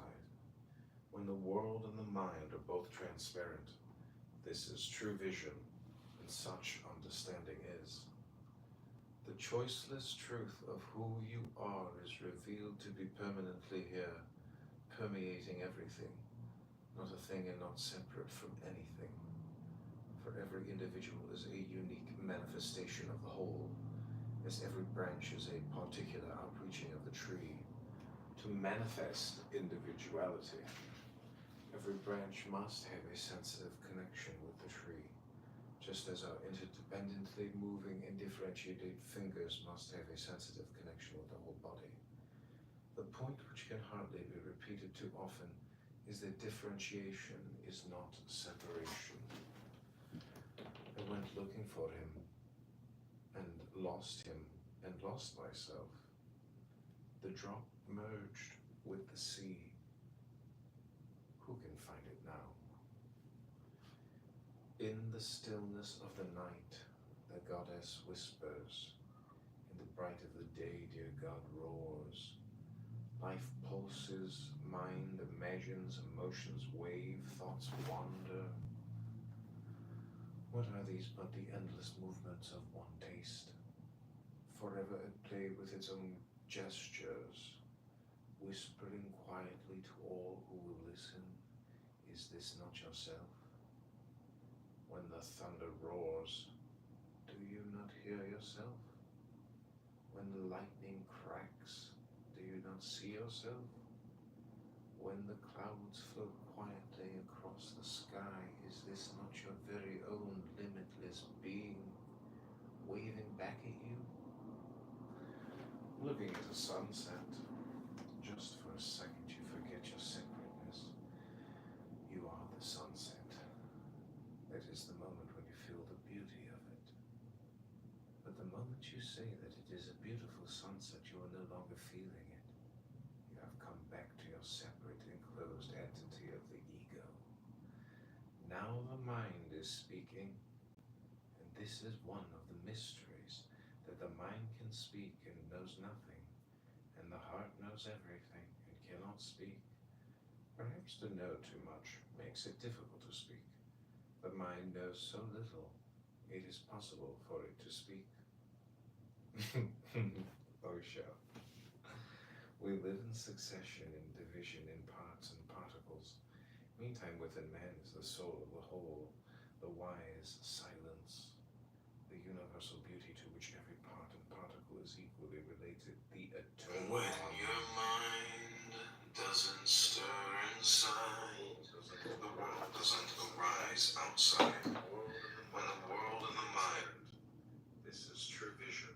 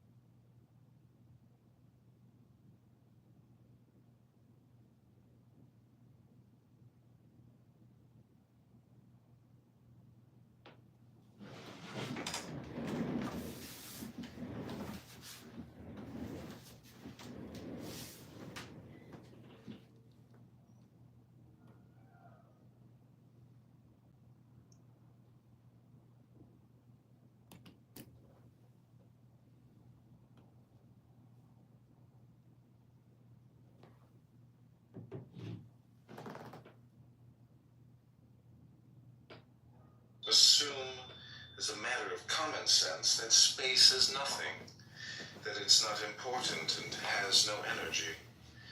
But as a matter of fact, space is the basis of existence. How could you have stars without space? Stars shine out of space, and something comes out of nothing, just in the same way as when you listen, in an unprejudiced way. You hear all sounds coming out of silence. It is amazing. Silence is the origin of sound, just as space is the origin of stars, and woman is the origin of man. If you listen and pay close attention to what is, you will discover that there is no past, no future, and no one listening. You cannot hear yourself listening. You live in the eternal now, and you are that. It is really extremely simple, and that is the way it is. Ellen Watts. Why does the mind habitually deny or resist the now? Because it cannot function and remain in control without time, which is past and future. So it perceives the timeless now as threatening. Time and mind are in fact inseparable. Eckhart Tolle. If you want to know what it means to be happy, look at a flower, bird, a child. They are perfect images of the kingdom, for they live from moment to moment in the eternal now, with no past and no future. Anthony de Mello. Realization is uncovering that you are already free. It is always here and only relieves you of bondage. It is throwing the bucket of your individuality into the well of being, without the ropes of desire, intention, thought, or attachment. JR is here. Welcome, JR, a celestial being of great light. A giggler. A jiggler. Oh, he left us. JR left us. Assume is a... Everybody left the room.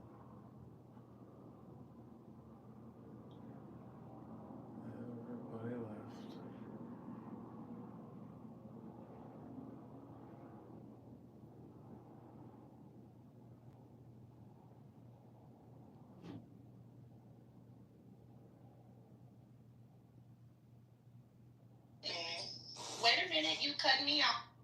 Let me. I mean, I'm not saying you. I'm not specifically saying you. I'm specifically saying a lot of the trainees that are like getting their butt pumped and they're getting BBLs and titties and all that. They do disrespect women who are full blown women. Don't think you're gonna stand next to me with a BBL and think you better than me. You're not. Because you're not gonna think you're better than me, because you're not. All you have is a butthole, and I'm sure you need to get a colonoscopy after you get your fucking butt fucked. You're sick, so you want to stand next to me and think you're better than me. You're not. But what you can do is stand next to me and respect me. And if you don't want to respect me, then I'm not gonna respect your sexuality as well. Like I said, I don't have a problem with gay people. It's only the trainees I have an issue with, because why do you want to look like a woman? Be a man. If you're a man that like a man, look like a man. Why do you want to? This is a missile trap. Have this percent? Why do you want to trick men into like I'm a woman? Why are you tricking men? Why are you tricking people into thinking? Because when a man like a Mexican or a black man, like if they see a train, they're confused. They don't know what it is until they find out what it is. And then half the time when they find out what it is, they don't want the trainings. So I'm just trying to figure out what's the point of doing this identity change over if you want a man. That's all I'm trying to figure out. Once a trainee can help me figure that out, maybe I'll be more susceptible to their asses and their titties and what they're trying to do out here. But a lot of them are trying to, just basically like act like they're men. They're trying to act like it, look like they want to, look like women. They want to, I don't know. I just don't get that part. And my thing about it is, it makes me sad because I know quite a few people who got set on fire for this. They done got thrown in trunks. Like, don't y'all understand what y'all doing to y'allself out here?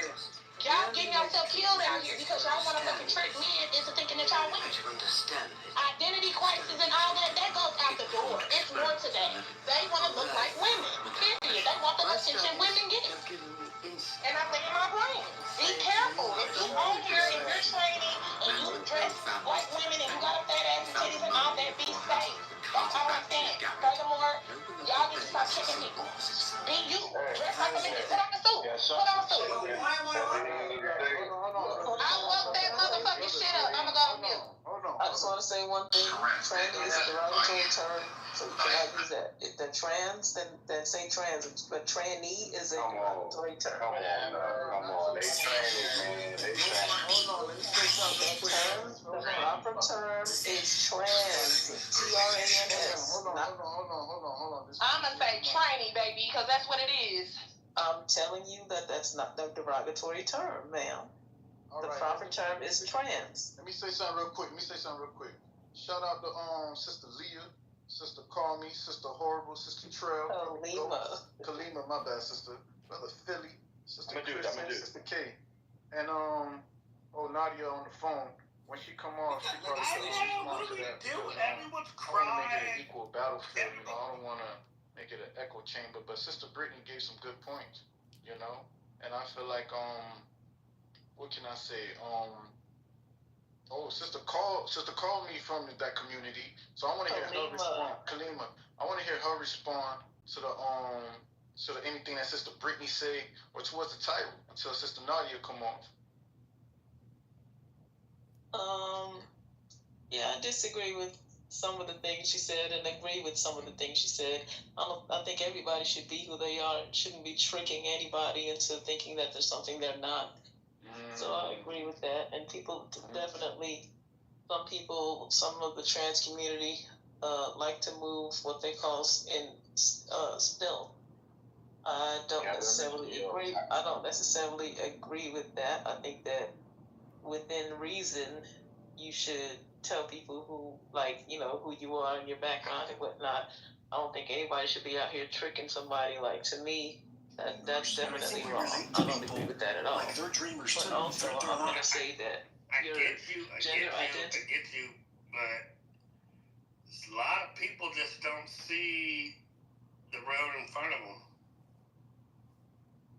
Yeah, but how do we relate? I don't have the answers. You can't relate, man. It's just the differences of people.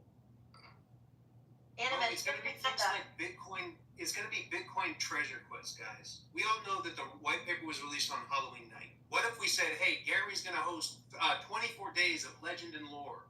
We reach out to 24 small businesses across America, right? Donut shop in Salem, a pizza shop in Austin, that have 24 businesses that are pro Bitcoin. And what do we tell them? We say we're going to release on social media. Well, wait a minute. Why do we have to be the missionaries? Why do we have to be the ones that bonk the people on the heads? That's their problem. They don't get it. We create auspices for celebration and excitement and education. Who doesn't want to go to Bitcoin Treasure Quest to get one Bitcoin? Maybe you don't, but me and my friends. No. Do you know how hard it is? Tell me, I can go to Donut Shop. Oh my God. And then I find out the next. That's it. Animesh, what do you have to say? Come up here. What's your hand? What's up? Yes, ma'am. Yes, ma'am. I just want to say that can we do like online oriented business, like on a website that the people will come and write? What? This is a crypto chat. What are you talking about? We're talking about Bitcoin. Okay. Okay. Electron. So I'm in. What do you have to say? I'm in Dogecoin. We're not talking about Dogecoin. That's the shitcoin. We're talking about Bitcoin, Ethereum. Yes. I have a Bitcoin also, but not much having Bitcoin BTC. So I will buy it. If you're listening to Gary having all these spaces, he's trying to get, he's talking about this all the time, right? It's important to buy Bitcoin. Yeah, you don't want to be getting into all these shitcoins. Yes, my son, why are you defying the God of Bitcoin? And you are betraying. You, my son, have betrayed the great God. So how can I be of service to you? I am a bishop of the God. What can I do for you? You're an artist too, Gary. I think this gentleman might be an artist as well. Maybe that's where he was going. Are you looking to monetize your art in Bitcoin and blockchain? Because Gary does do art as well. Does Bitcoin has art-related content? There's a gentleman that was speaking. He's in the Doginal. So there is, you can actually do things called ordinals and alpins. Maybe look into that. But I think Gary is focused more on like L1, self-custody Bitcoin and things like MicroStrategy, traditional financial products that are going to move the market cap. But I think that you are in an interesting lane. I'm just looking at your profile, bro. It looks like you're into creativity, poetry, maybe art. So I was wondering, is that maybe an area of interest? Or is it just crypto that you're in the room to discuss? Because if so, I think Dana's right. Like, Dogecoin, bro, has an infinite supply, right? That sounds like a fiat problem, right? Maybe not as bad as, some other currencies, but it wouldn't be much. It moved off them in the last 5 days, bro. Electro, who's this guy that has your hand up? Electron? Move like, hey, in fairness, folks, it moved like big time. Did it? I haven't looked at it. Yeah. Just saying, for an old man who's not a shitcoin, doesn't mean I can't keep my eye on the fucking balls moving around on the table. Thanks for the alpha, Gary. I'm gonna look at that chart right now, bro. Electronic. Oh, man, shitcoin. Hey, Dan. Thank you so much for that. Can you hear me fine? Yep. Yeah, man. Roger. We got you. Excellent. How are you guys doing tonight? Pretty good. How about you? Not bad. Yeah, doing all right. Just had a quick question before I head out here for tonight. I just wanted to ask Gary, or I guess. Where you going, man? You gonna go party? You gonna go chase some booty? Or what you gonna do, man? Something very boring. It's called sleep. So.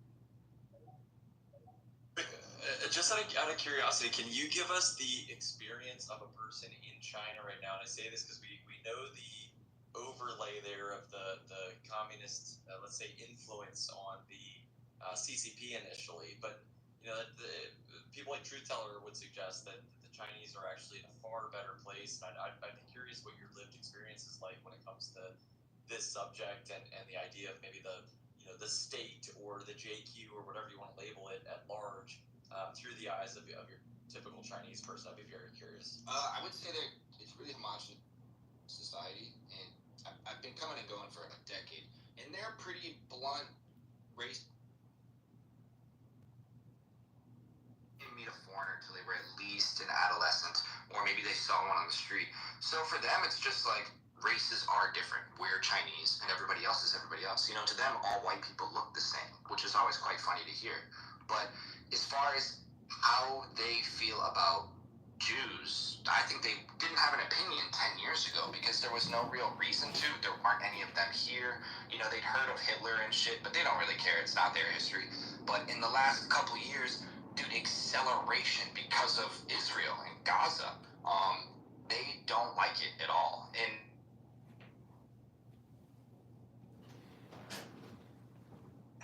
looks like we had some difficulties with his audio, right? Can you guys hear him clearly? No, you dropped Yeah, he faded out. Yeah, great speaker. Hopefully he comes back up.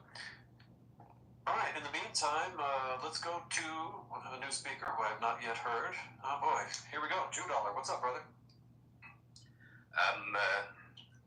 Greetings to everybody.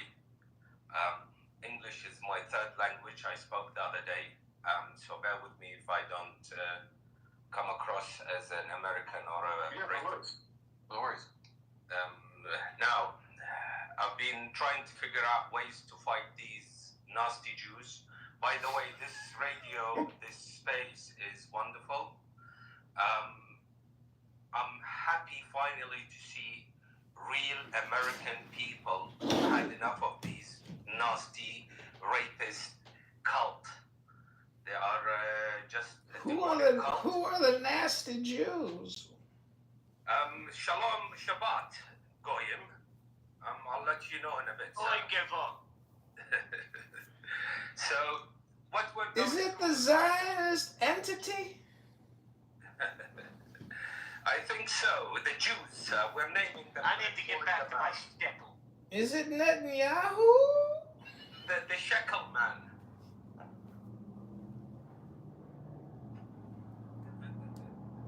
I think so. The Jews, we're naming them. I need to get back to my steckle. Is it Netanyahu? The shekel man. So, it's fantastic to hear you guys, and you have woken up finally, and to see these people, what they're doing to your country. The Congress is completely Jewified. I've become a Jewologist since October 7. I've read that Talmud. I know what they're saying about Christ and Mother Mary. I'm not very happy with them. But it just... I'm not even factoring them into this. Like, Oh my God. What are we talking about? So true. Oh yeah, my I just don't, God. with the people that are here, they have to go back, and we're...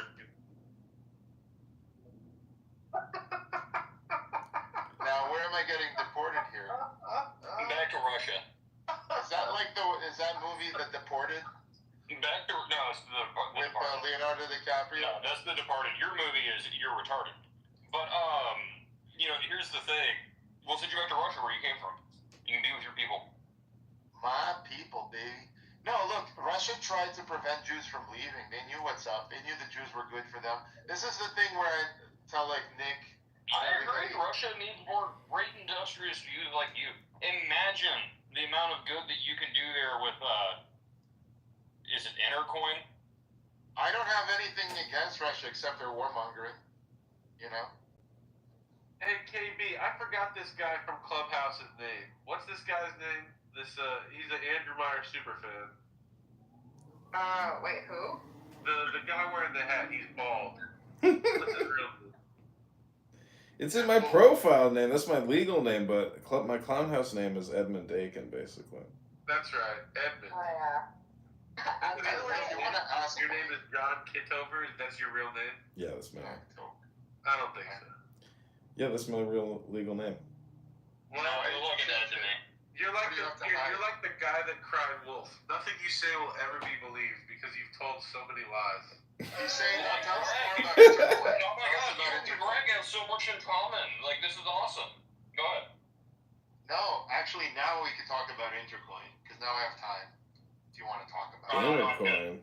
No, let's stick to the room title. Yes, I agree.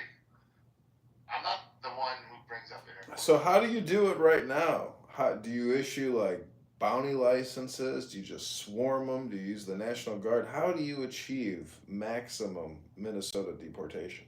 Hey Greg, since you brought up Intercoin, I have a question for you. Do you think Intercoin is worth more or Jay Bruce?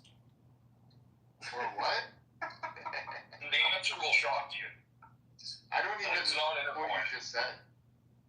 Jay Bruce? Whatever happened to your crypto coin that you created with KB, Andrew? No, we never launched it. Never launched. Still worth more than Intercoin. Failure to launch coin? We were gonna do some big things, and then the universe said, "Don't do it," so we didn't do it. I don't know who said it's still worth more than Intercoin. Did you? See, that's the thing. I said it. Intercoin is worth 0.006 of a cent of a dollar, right? Like it's an insanely low amount. Andrew's coin, right? That was never launched. The concept of it is actually technically worth more than Intercoin. True. Yes. True. Way more. It's actually the fact that it didn't launch is actually one of its best assets. If I deployed it now, I kid you not. If I deployed it now, actually, Intercoin is worth negative $2. You got to pay someone to take it off your hands. No, with my current network, if I deployed it now, it would do well, but I wouldn't do it. Back then, like the idea was that it would actually do well for people, but now it's just obvious. Every fucking coin is a rub.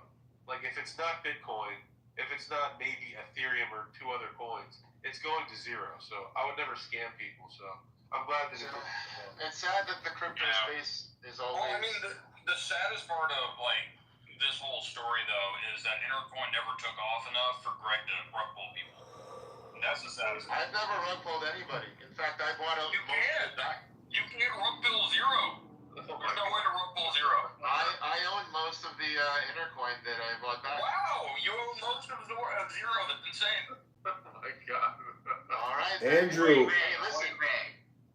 Andrew, what happened to like I said, the coin that didn't launch. Andrew, what happened to the Alex Jones NWO game? Legitimately, Greg, that's the thing is on paper, the coin that Andrew never launched is technically worth more because the value is unknown. It's intrinsic. It's whatever you think the value could be. It's even better than Bitcoin because the value is unknown. No. Well, Bitcoin's Bitcoin. Intercoin's not Bitcoin. How is Bitcoin is worth less than zero. Unknown value could be like $1 million a coin, bro. Yes, Andrew's concept is worth more money than you. I know that economics is difficult for communists, but please. Yeah, it's very difficult for me, bro. Very difficult. I'm breaking my head over this, honestly. Yeah, did you manage to get any phone numbers at the Jewish singles event? Oh my god. that is a spicy question right there. Hey, I don't think no is a spicy answer. Greg, if you want to find a real woman, though, you should go out with this guy, John. This guy, John, he calls a woman every night. Whether she's 300 pounds or not, he brings home a woman. So I'm telling you, you go out with this guy. A woman or someone who identifies as a woman, or both? Could be that. He's not very... At this point for you, Greg, I don't think it matters. Can I take you to the beach and introduce you to some whales this upcoming Shabbos? Yeah, this guy... Oh, are we talking about crypto whales, or are we talking about... No, we're talking about fat land whales. Crypto whales are not interested in Intercoin. These are Papa John's whales. By the way, I want to clip what you're saying about Intercoin in the future just to play it back to you. But because Intercoin's going to take off, it's going to go to the fucking moon. And question, whenever you named it Intercoin, like, was that just because you're like, it's a coin on the internet. Internet coin. Intercoin. That's it. You know what's like super funny is as we're talking, I'm driving past the giant Intercoin sign in Brooklyn right now. Yeah, that doesn't exist. No, it does actually. It does like intersex. I know, that's what I keep thinking, is intersex when you keep saying intercom. You know what I'm thinking? I'm thinking Intertech. Which was the name for the company on Mike Judge's Office Space. Andrew. That was a name that he ad-libbed because it was an internet company. So he Intertech. It's a tech company. Internet. Yeah. You gotta have some intercourse with yourself. Andrew. And then here you are with Intercoin, a coin that's on the internet. I got a question for the moderator, Andrew. If we were to launch Kabbalah coin, what solution would it solve? Stop talking nonsense. Why do you stalk me on the internet? I don't like you. Stalk you on the internet? You're just an internet user like other internet users. And here you are. I saw the room title. I didn't even know you were modding the room. I'm not stalking you. I didn't know you were modding this room. Me off, and you don't even know who I am. I'm about to be the single biggest shareholder of Intercoin.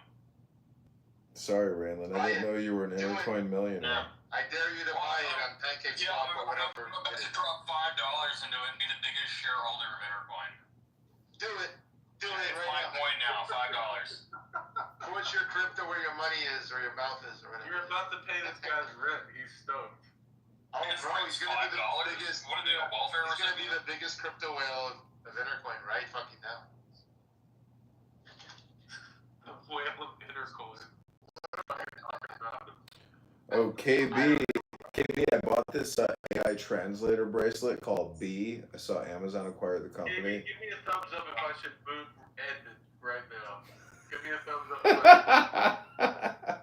Alright. Oh, boo. Get out. Boo. Give me a thumbs up if I should boot Ed right now. Give me a thumbs up if I should boot.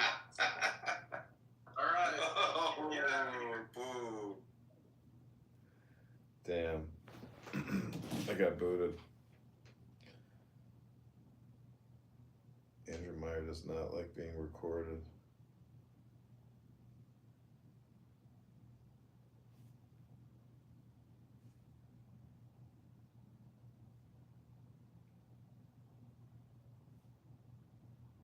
Porn is actually more harmful. You household. But I felt like they did kind of intuitively understand women a little bit better than I would have. I could be wrong. I did that one. I mean, you're actually right. I have another view of the same point, but from a different perspective. It could just be the children that grow up around dysfunctional single moms end up learning how to just avoid the wrath of dysfunctional single moms. And that appears to be that they understand them. No, they just know how to duck the problems associated. Yeah, I could totally see that.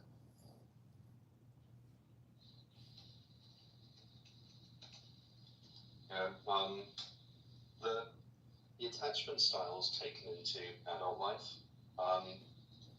that was eye-opening when I started looking into that. At 5-month-old. Wise counsel of God, how can I make my way? He chills out and smiles. And that's what my wife's doing. Oh, fuck man, he's awesome. He's the cutest, happiest little baby. It's very nice. I'm from Wisher Boulevard.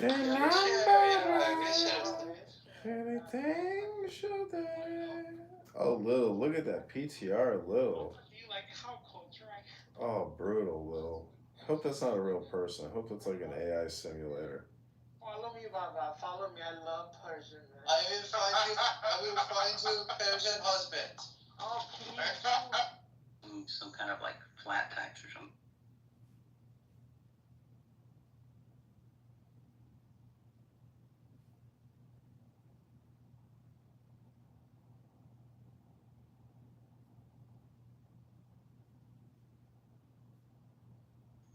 Deepak, you back? Yes. Well, Kitover, explain why my plan was correct. Thank you. Well, I took your claim to be just a claim about absolute numbers, right? Like, if there's like X amount of total like tax receipts, like what percent is contributed by the top one? Yeah, but I agree with that, Deepak. I know you left whenever I was like explaining why I thought it was like not. Squealing on Elon Musk. Elon Musk is squealing on back on him. Two snitches worthless to we the people. I will assure you, once you backtrack and double down like the way they've done it, then they have a useless value. Even though they're holding the office, it's a matter of time they come and put dirt on them. And they have done the smear campaign. He didn't coincidentally get 34 felonies. But you want us to drink Kool-Aid and believe that he didn't get the 34 felonies. And not only... And we are being friends for, 10 years now. We never talk about politics. Like, we keep it, so it's not worth it to lose a relationship with a friend over politics, so. Stone, right? Jeez. I kind of feel the same way about the new Superman. Like, it's the movie of the moment. Everybody's going to see it in the movie theater, but I think it's going to be forgotten pretty quickly. I don't think it's really good enough to be remembered. Yeah, I just saw it the other day. Hey, Mana, actually, I will be a mod. Okay. Yeah, once we make you a mod, then we'll start seeing some traffic. I mean, Good Kingman. we're really suffering with traffic at the Hawaii Club, guys. We need you guys to, flex those influencer muscles. Summon your followers, your disciples, bring them to fit myself in a relation or benefit a woman in a relationship, I would actually prioritize them over any woman I would potentially meet. Because I actually have a bond with them. This is family. Does that make sense? And I'm not like that type of guy. Like I've been saying this to you forever, man. Like I'm not here to make enemies, okay? I'm here to make friends. So why don't you talk it out in the trial format? You could say, look, you didn't make the thing. It was him. But then he wouldn't have been sitting with you in a room like that, dude.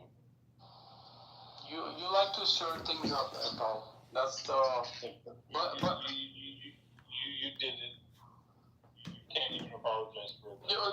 Here's the thing with you, Paul, man. Like sometimes, I really hope that guy is not crazy, but you can get really far, and then you can put someone in a fucking. I could be crazy. Rahul, we could all go crazy. No, you're not crazy. I know Rahul's not crazy. No one here is crazy. So. The only one is you acting crazy. No, but then why you gotta stir things up, man? Like you taking a little far, okay? I've been saying this to you forever. It wasn't me. It wasn't me. It wasn't me. I mean, if you really want it, man, like why don't you guys? Did I get confused that you were in the room with the guy? I don't even remember that day, but like I remember it. I came in. I saw you sitting with that guy. There you go with this you're trying to stir things up with your fucking. You know what it is, man. Like I've told you're like one of those Madrasi mamas who likes to fucking stir things up for no reason. Like you know one on Long Island, like you see a Tamil family, right? They'll peep through like a fucking who came in, who went out. You know, there are many I've seen. Okay, so that's what you are, Ethel. Look, at this point, he's unblocked you. That's the main thing. So we'll go from there. Okay, yeah, that's fine, but I think he talks too much for me. I don't think I can take it. I can only listen to him for like 2 minutes, bro. I like guys who are like more high on EQ side than IQ because IQ is not. It doesn't really help, to be honest with you. You can read books so much, but lived experience or experiential learning is more important. So yeah, but I'll hang out with the guy, but I'm not in, like dude, You should call Ruby Roy. She will probably tell you what the fuck happened with Dr. Yeah. Yeah, Ruby Roy is so good, huh? What do you mean? What happened with them? Yo, so it was me, Ruby Roy, Flora, and Datu comes in. He did some stupid shit, and then. Dude, this Ruby Roy is not a great source. No, but okay, that's fine. She's a little bit traumatized.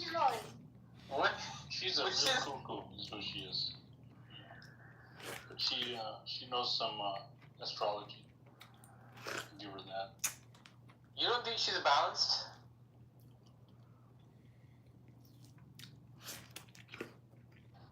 I think she's more balanced than Dr. Man. I think she's like massively imbalanced. Like red flag suit. Yeah, okay, in some ways, I agree. But not in the way where Dr. You and Rob will act like her shit doesn't stink. I don't think she's that crazy, man. Yeah, I think you got it wrong.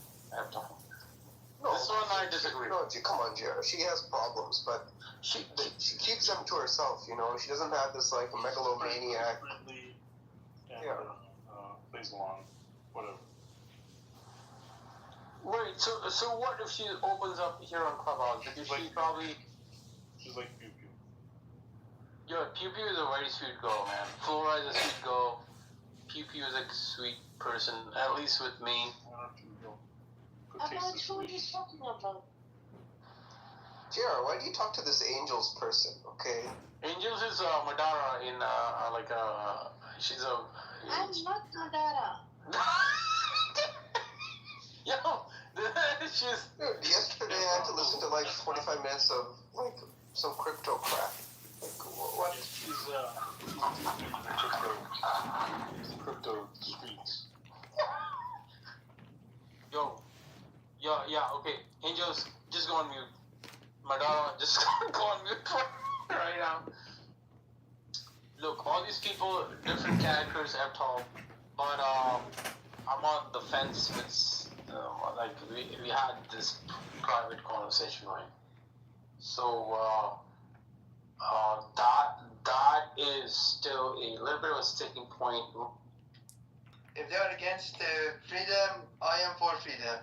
Are you for What if they're against the truck drivers? Are you for the truck drivers? Shut the fuck up. They support truck drivers, I think, but not really because they don't make much money to be truck drivers, so they don't really support it. House, she runs a show, and he did it anyways, and he got so sick of that fucking kid being a fucking nuisance that he told her, he's like, hey, he's gotta go. If you want us to work out, he's gotta go. Guess who came first?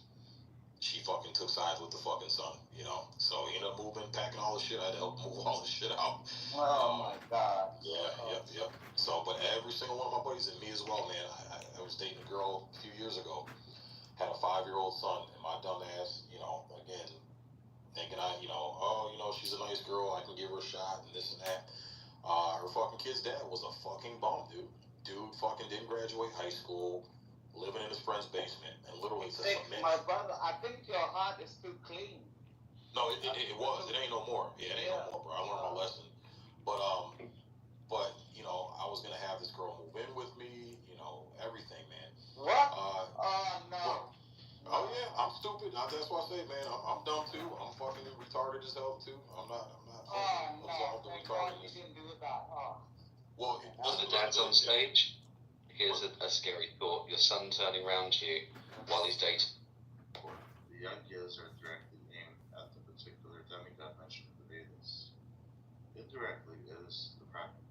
Thing is decision. Choice means dithering.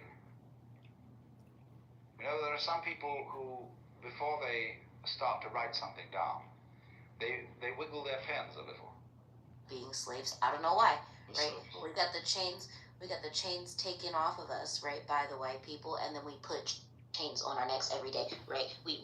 Right, cool. I think it's weird that all of us want or feel the need to identify with this, and I think it's even weirder when we tried to force our black brothers and sisters to also want to be or identify as slaves. Wait, aren't you doing exactly what the room title is describing? You're a black clubhouse lecturer and you're the blind leading the blind? Sir, are you okay? Just asking a question. Congress, you speak after the speaker. Okay, please. In this room. So I've got black dissonance. Observe decorum. You know, I don't know. I think it's weird that all black people want to be slaves and encourage their brethren to also be slaves. I'm not a slave. Never been a slave. I was never a house Negro, and nor do I plan on. Well, do any white people have white chains? Oh my God, who the hell is this? Moderators. I'm just saying, you claim you got rid of these chains. Like, there's not a white person alive that ever had a chain on a black person. It's ridiculous. Oh, Bookie, you didn't understand her. She was making an analogy. It was kind of like a metaphor, I know. I'm just saying it. I'm just trying to accurately describe the situation. Actual change. Also, for like reparations, that would be wealth redistribution in the now. Congress. In this room, we respect people, and there's a hierarchy. You sure? Yes, in this room we respect. This is not a Black American room. Oh, I see. That's racist. But if you say so. This is an African room. This is African. Yeah, you're in an African. What makes it African? But you got Black Americans on your panel. Respectfully. Yes, we have Black Americans on our panel. We have a Somali. We have we have a Jamaican woman, okay, and then we have a Black American Muslim. Oh, okay, so he's not African. That's a very diverse panel. So this is not a Black American room. I want to make that very, very clear. Even though Jamie just said we're in this room, we don't disrespect people that are in authority. Oh, wow. Okay. That's saying a lot, isn't it? When Smoke is speaking, you don't interrupt him on social. Oh, my bad. I see what you're saying. Period. Okay. Free Somalia. Period. So, this will be a last warning. If you do it again, I'm going to move you down. Got it. Period. Go ahead, Smoke. You were speaking. Oh, no. Or you can speak, Congress, if you'd like. Yeah, Congress, you can go ahead. Yeah, I mean, it's a trick question, trick title room, like all room. It's always the opposite of the room title, which, is the truth. So there's a lot of big bullshit talkers on this app, but they just come here to distribute dopamine, to get dopamine. And they're just spewing propaganda politics, no enlightenment wisdom. It's a waste of your time as a listener. It's a waste of their time as a speaker. And, they're their own worst enemy. So welcome to the world of communication that doesn't give a shit what your racial identity card politics is, because in the game of communication, it's agnostic as to who you are, or where you came from, or what your education is, or what your accent is, or what kind of a public speaker you are. It is a big communication game, and if you think you're going to win by lecturing on Clown House... You're gonna lose. Now, I know that sounds like projection, but let's be honest. This is a communication analysis, and I'm just trying to say, the blind do lead the blind. I am complete. I appreciate you for your analyzation on our clubhouse room. That was really insightful. Analyzation. You know what's crazy? The biggest side of you actually having a chain is the fact that most Black Americans don't have a name that actually comes from a Black ancestor. That's a chain right there. That 20 and 2025. Isn't a Black ancestor our mama? Wait, hold on. Right. So if your last name, hold on. If your last name is Johnson, and your mama's last name is Johnson, and your grandmama's last name is Johnson, and your great-grandmama's last name is Johnson, and the last person that owned your ancestor name was Mr. Johnson, who owned the Johnson slave plantation, then the fact that you still wear a slave name is very evident that you still don't know who you are. Right. So again, what about the Black people? Girl, I'm so fucking lost.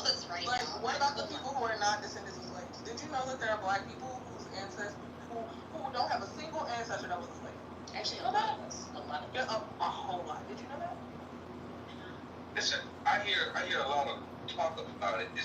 I hear a lot of attempts of black people trying to find their identity. So I know that we latch on to a lot. But it's just like I was obnoxious and you know, enough to like. But the part of England or somewhere in Britain, which shows you that your last name that you have is not yours; it's a slave name. So to say that, oh, we don't have change, that's a cultural change. Sweet fruit of knowledge.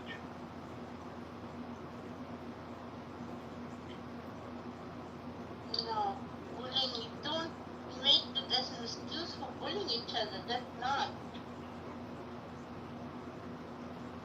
It's tough.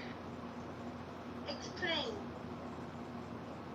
If you have a little kid, you're not going to go and sit with the kid at school and protect him from all the kids. So if I can, I'm gonna do that. It shows that you're a typical female mentality. Basically, he's saying that you're irrational, and that you're ridiculous, and that you're saying things that you can't even do. I'm gonna do that, but when the kid is a boy, I'm gonna watch from afar. And I'm gonna just step in when it's needed. We need to let him be with his father.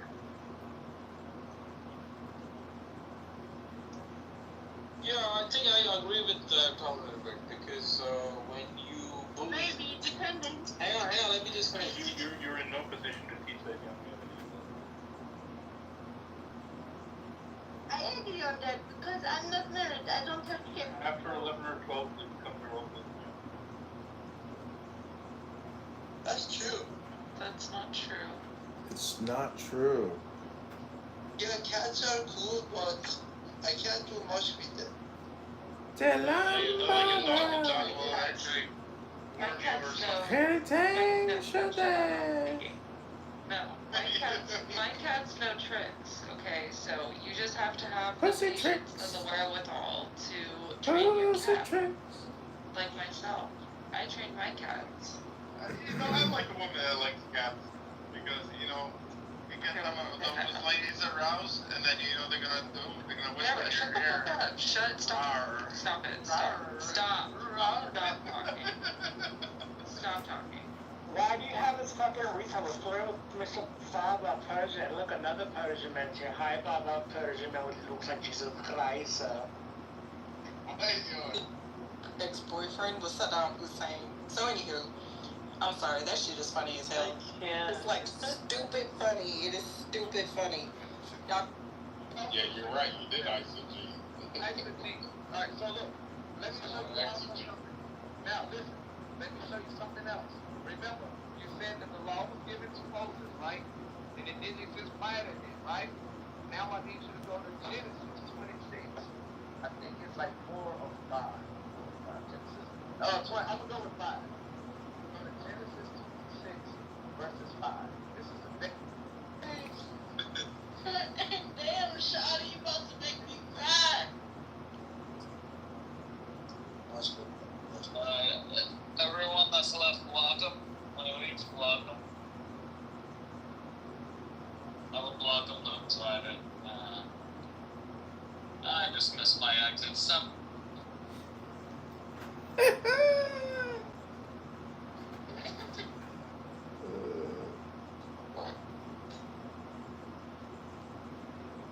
Wasn't obedient unto God, and it never says that he was disobedient. You're just saying this stuff, and you're making it up. There's no scripture that says that he disobeyed Mary and Joseph. What it says was he was at. Right. This was that. I'm told that Christians we cannot go to certain parts of Israel because they spit on us. No, that's not true. The Christians people there. And they're trying, let me go with the best one, and they sit there, they drive themselves insane because the best one changes every fucking day, probably multiple times a day, and the mechanisms and the feelings in their head that used to be able to guide them towards people who would be able to protect their children and keep everybody fed and keep them from being carried off and killed or taken by another tribe. Those aren't working anymore. And that was, when you start fucking that was that. girls, But she still doesn't understand why at 12 years old, 11 years old, they got fucking 10-year-olds on birth control. For you need it for this issue, that issue. Yeah, it'll fix everything. When they get them on that, nobody tells them or warns them about what kind of changes it's going to make in the way that they think, in who they're attracted to, in how they feel. Women who come off of it don't just talk about, I'm more attracted to my partner, or I don't like my partner anymore. They talk about, I just feel better. I was in a daze. I was like a zombie. I couldn't think straight on that shit.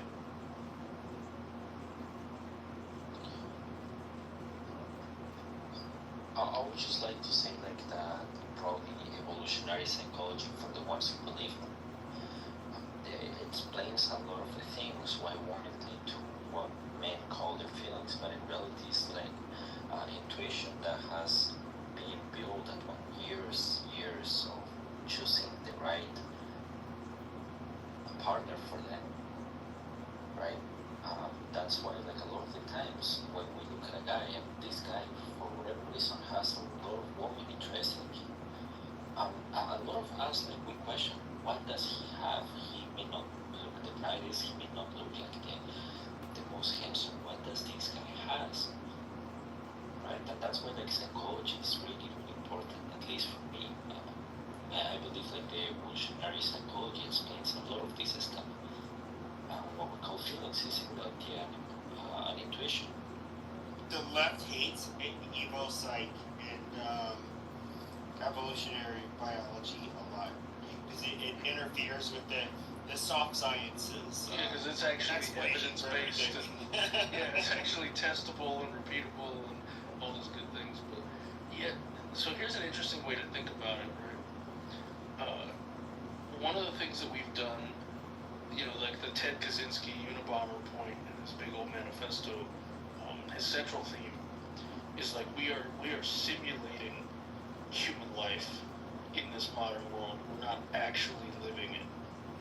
And the more that we participate in these abstractions, the more disconnected our mind and our soul is from what we're actually doing.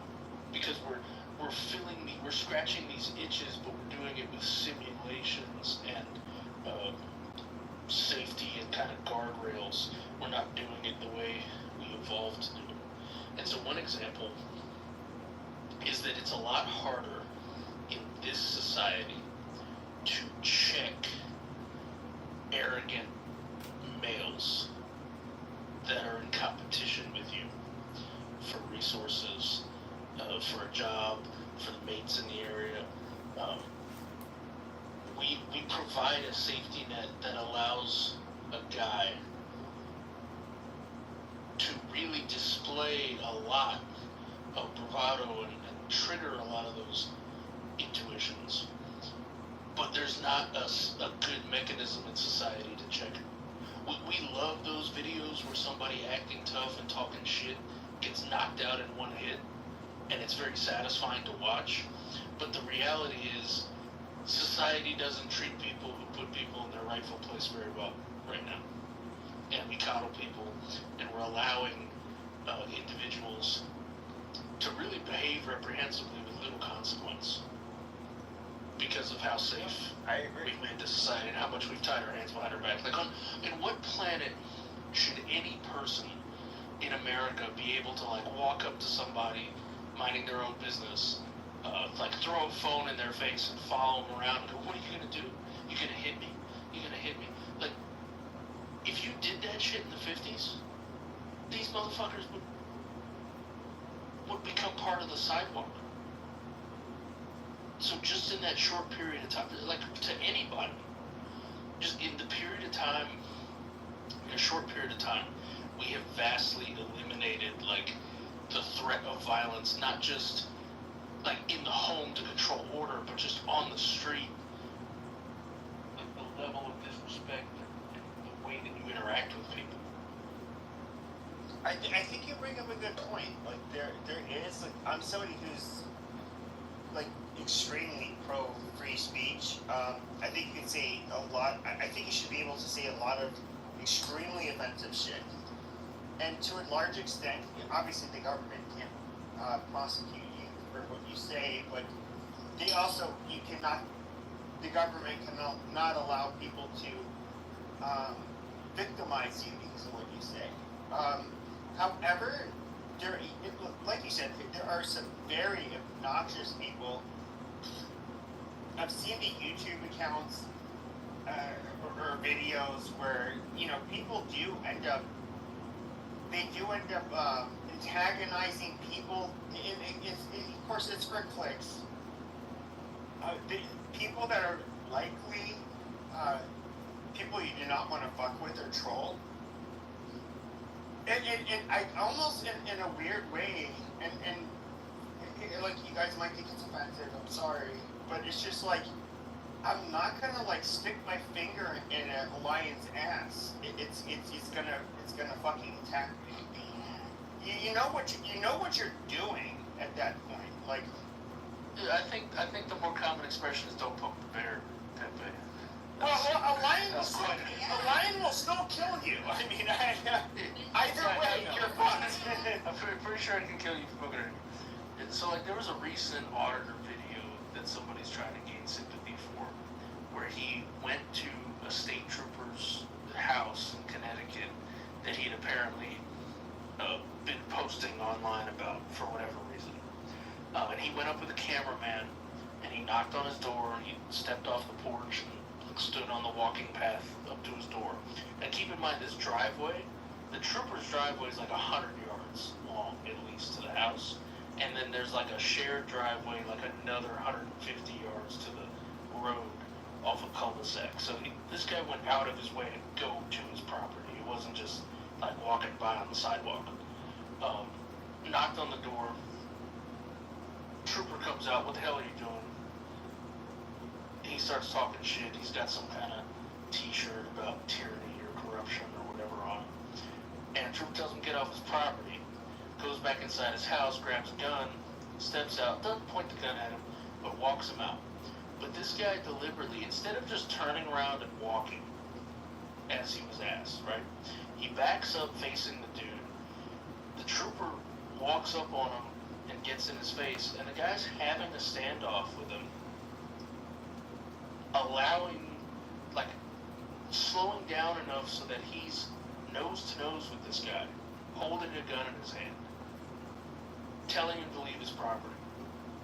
And he really feels like fully, he not only feels fully justified in what he's doing, he feels like that he's getting the trooper to commit some crime against him.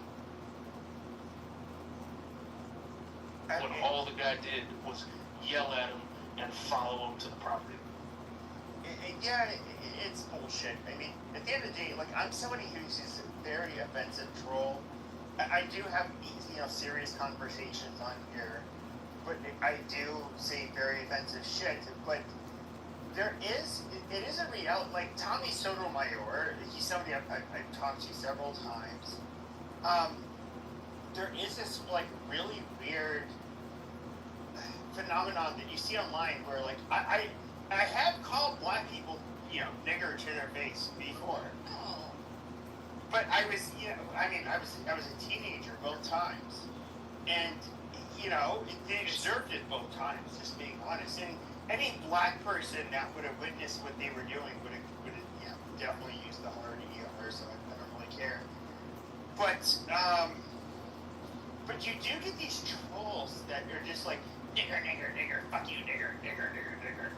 They do this stupid shit. What's that guy on, there's some guy on Twitter who just does video chats where he, like, lures them in and then he just starts, insulting the crap out of them. He has a little, that's gang the thing. gun. It's like, and that's the weird thing. It's just like, look, I understand you, like, get off being a troll and being offensive, but, like, you have to understand there's kind of like a context when you can use those words. One time I got robbed. The guy was armed, I wasn't. And you know, I was on a bus and it was like, you know, like fucking nigger. And then, you know, there's a lot of black people on the bus. They didn't really say anything. So like, what were they gonna say? Oh, he wasn't a nigger. He was a nice black man. Yeah, they couldn't do that. And so, one time I was at a gym, and he was like rather short black guy but he's very built. But I don't know how the basketball game ended up getting to this point, but he ended up like the woman is a white woman, is on the ground, he's smacking the shit out of her, and then it's like, what's the nigger doing? It just like came out of my mouth. I was 19 years old, and you know there were other black guys. I remember my brother said, "Dude, shut the fuck up," and you know because like there's some big old niggas in the gym, and they didn't even focus on it. You know, those were the two times. At the end of the day, I don't even hate black people, but I would say you have these trolls that just like want to antagonize people. It's like, dude, in real life, you talk this shit online, like, but this has consequences. You can say, you know, the reason is that like we have women on these juries. If there's a jury of 12 dudes, and there was a guy brought on trial for smacking a dude who, like, was trolling and interrupting his family's dinner, or was up on his property while his family was home, or anything like of that sort, those 12 dudes would go back in the jury room and go, you know, did he use excessive force? No. Was there a legit breach of, you know, social rules that he was enforcing? Yeah. Are we gonna fucking find him guilty for smacking a dude who deserved it? Hell fucking no.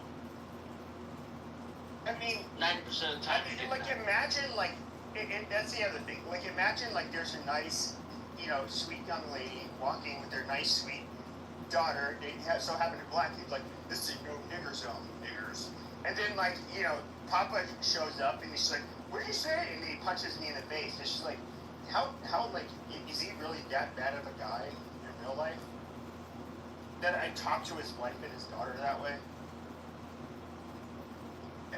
And it's just like, there is this level of trolling that I can say whatever the fuck I want. Now, I definitely don't want to encourage people to like let name calling to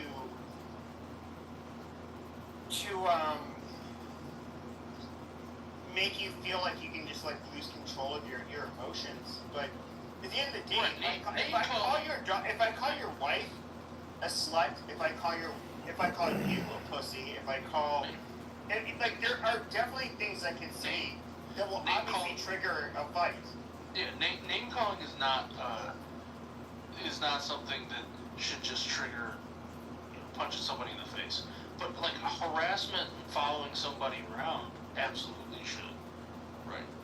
And I think like that's a gray area where we're like allowing people to not only be provocative, we're allowing people to harass people, we're allowing people to follow them around, to use the threat of the camera on them, and we're extremely intolerant of using violence to solve problems.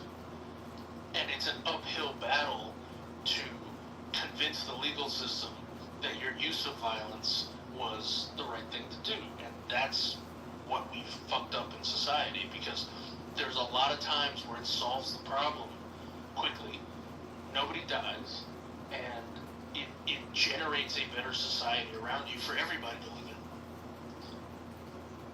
Sure, and I would say this though, but it has to do with context too. Like if you're literally out minding your own business, and somebody comes up to you, if I get in your face, like literally within arm's reach, and I'm just like, it's like, what the fuck are you doing here, you stupid nigger?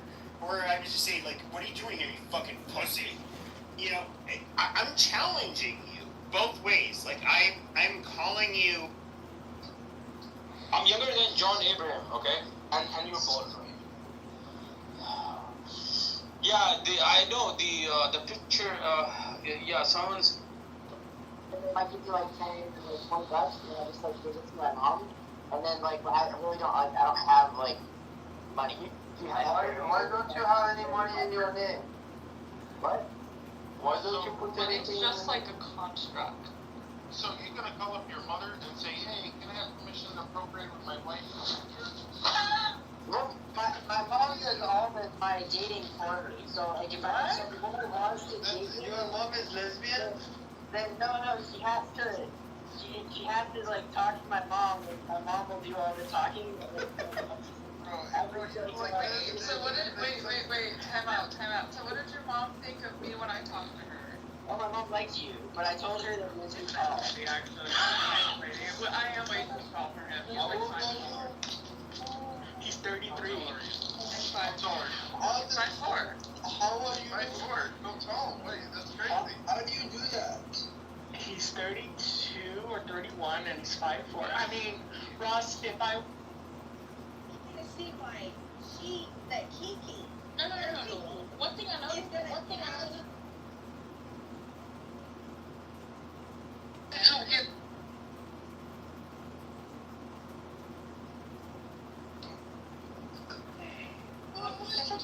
Wait. Yasmin, hold on. As displaced African people in the Americas, right, and in other places, we do take those African traditions with us, and we hybridize those African traditions based on our conditions in those new lands. But that in itself is still a cultural practice that's distinct to those specific people within those specific experiences. That's all I'm saying. Now, when you talk about baby mamas and gangbanging and shit, that is an indoctrinated toxicity that's created by white people. Just Joe Matthew and Kaylee Lyons deliver news, insight, and analysis live 2 times a week. Training Day, Balance of Power at 1 and 5 Eastern. Chicago Cheeseburger, come on up. Listen to something that pushes your life forward. Instead of things that push your shit down. You guys sure love saying the N-word. Israel and the U.S. are withdrawing teams from ceasefire negotiations with Hamas, citing the group's unwillingness to agree to terms. President Trump said boy Steve Witkoff said Hamas should be required to end the war. Benjamin Netanyahu has said any deal must include Hamas surrendering and giving up control of Gaza. Talks had aimed to secure a 60-day truce and the release of remaining hostages. First President Emmanuel Macron said Trump officially recognizing a Palestinian state.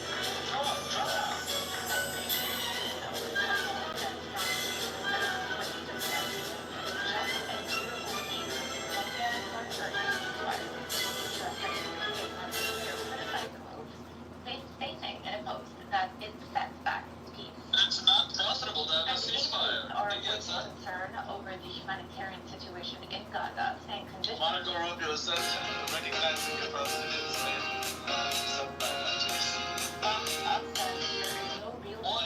Explain to me how's it possible to have a ceasefire? Arrangement to increase the flow of food. The WHO says it's done as they.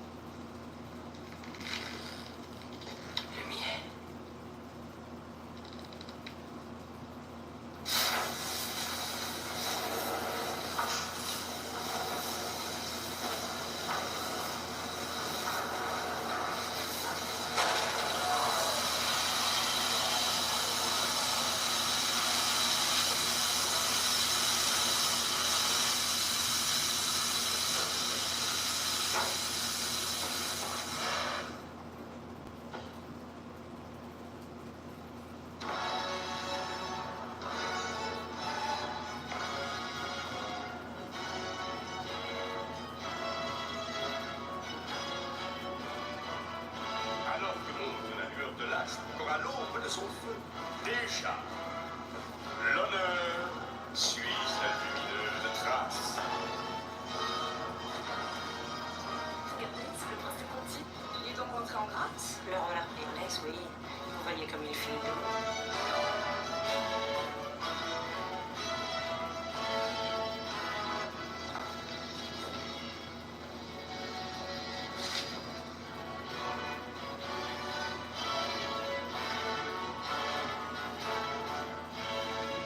Dans son sillage, partout le suivent. La grâce et la victoire.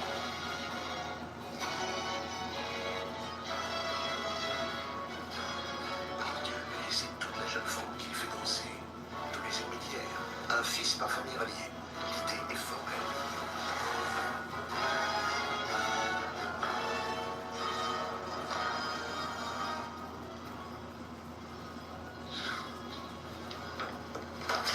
Alors, on retrouve du talent, peste de Florentin. Prenez garde que tout ne s'effondre brutalement. Le roi est la mœurs italiennes. Dommage. La faveur, la renommée et la paix viennent se joindre au cœur universel pour célébrer celui qui...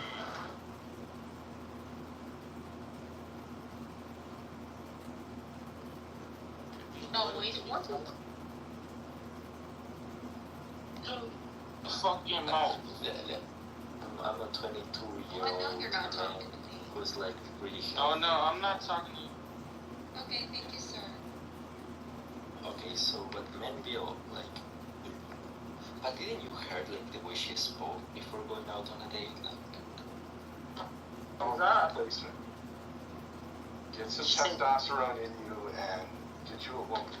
So I was saying, you're asking Alpha for help. I only have one ball, so I'm the other way around. Are you hearing about one ball? yeah, God decided that just like Hitler and Stalin, he wanted to call me to great works, and decided that 2 balls was too much for me to handle, and so I just he decided to take one. I had like a miraculous.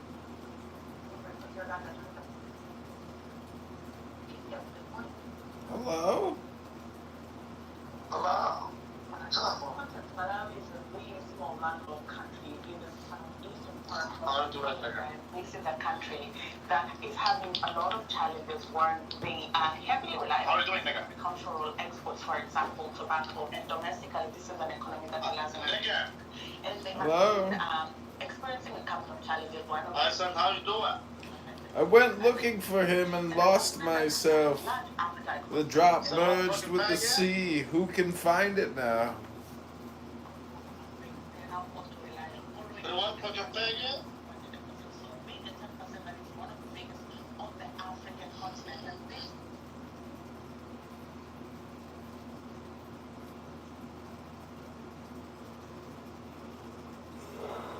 Hello?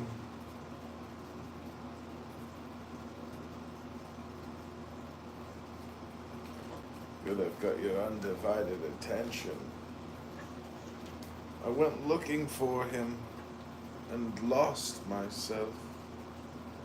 The drop merged with the sea. Who can find it now? In the stillness of the night, the goddess whispers. In the bright of the day, dear God roars. Life pulses. Mind imagines, emotions wave, thoughts wonder. What are these but the endless movements of one taste, forever at play with its own gestures? Whispering quietly to all who will listen, is this not yourself? When the thunder roars, do you not hear yourself? When the lightning cracks, do you not see yourself? When the clouds float quietly across the sky, is this not your very own limitless being, waving back at you? Looking at a sunset just for a second, you forget your separateness. You are the sunset. That is the moment when you feel the beauty of it. The moment you say that it is a beautiful sunset, you are no longer feeling it. You have come back to your separate, enclosed entity of the ego. Now the mind is speaking, and this is one of the mysteries, that the mind can speak and knows nothing, and the heart knows everything and cannot speak. Perhaps to know too much makes it difficult to speak. The mind knows so little, it is possible for it to speak.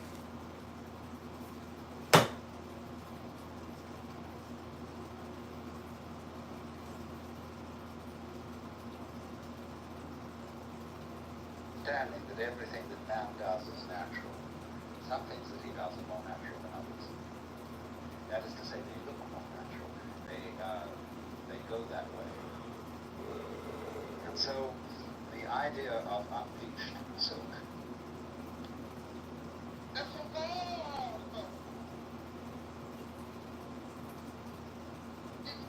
Yeah, that is all that I'm saying. That's where I just disagree. I feel like it's too much. It's too, but it's okay. It's just a disagreement, Lion. Right? You can't get mad because it's interpretation because you don't have, but you don't have evidence of it, right? There is more scriptural evidence against what you're saying, so you can't get frustrated with that. You gotta get a bunch of misinterpretations. You're trying to claim that Abraham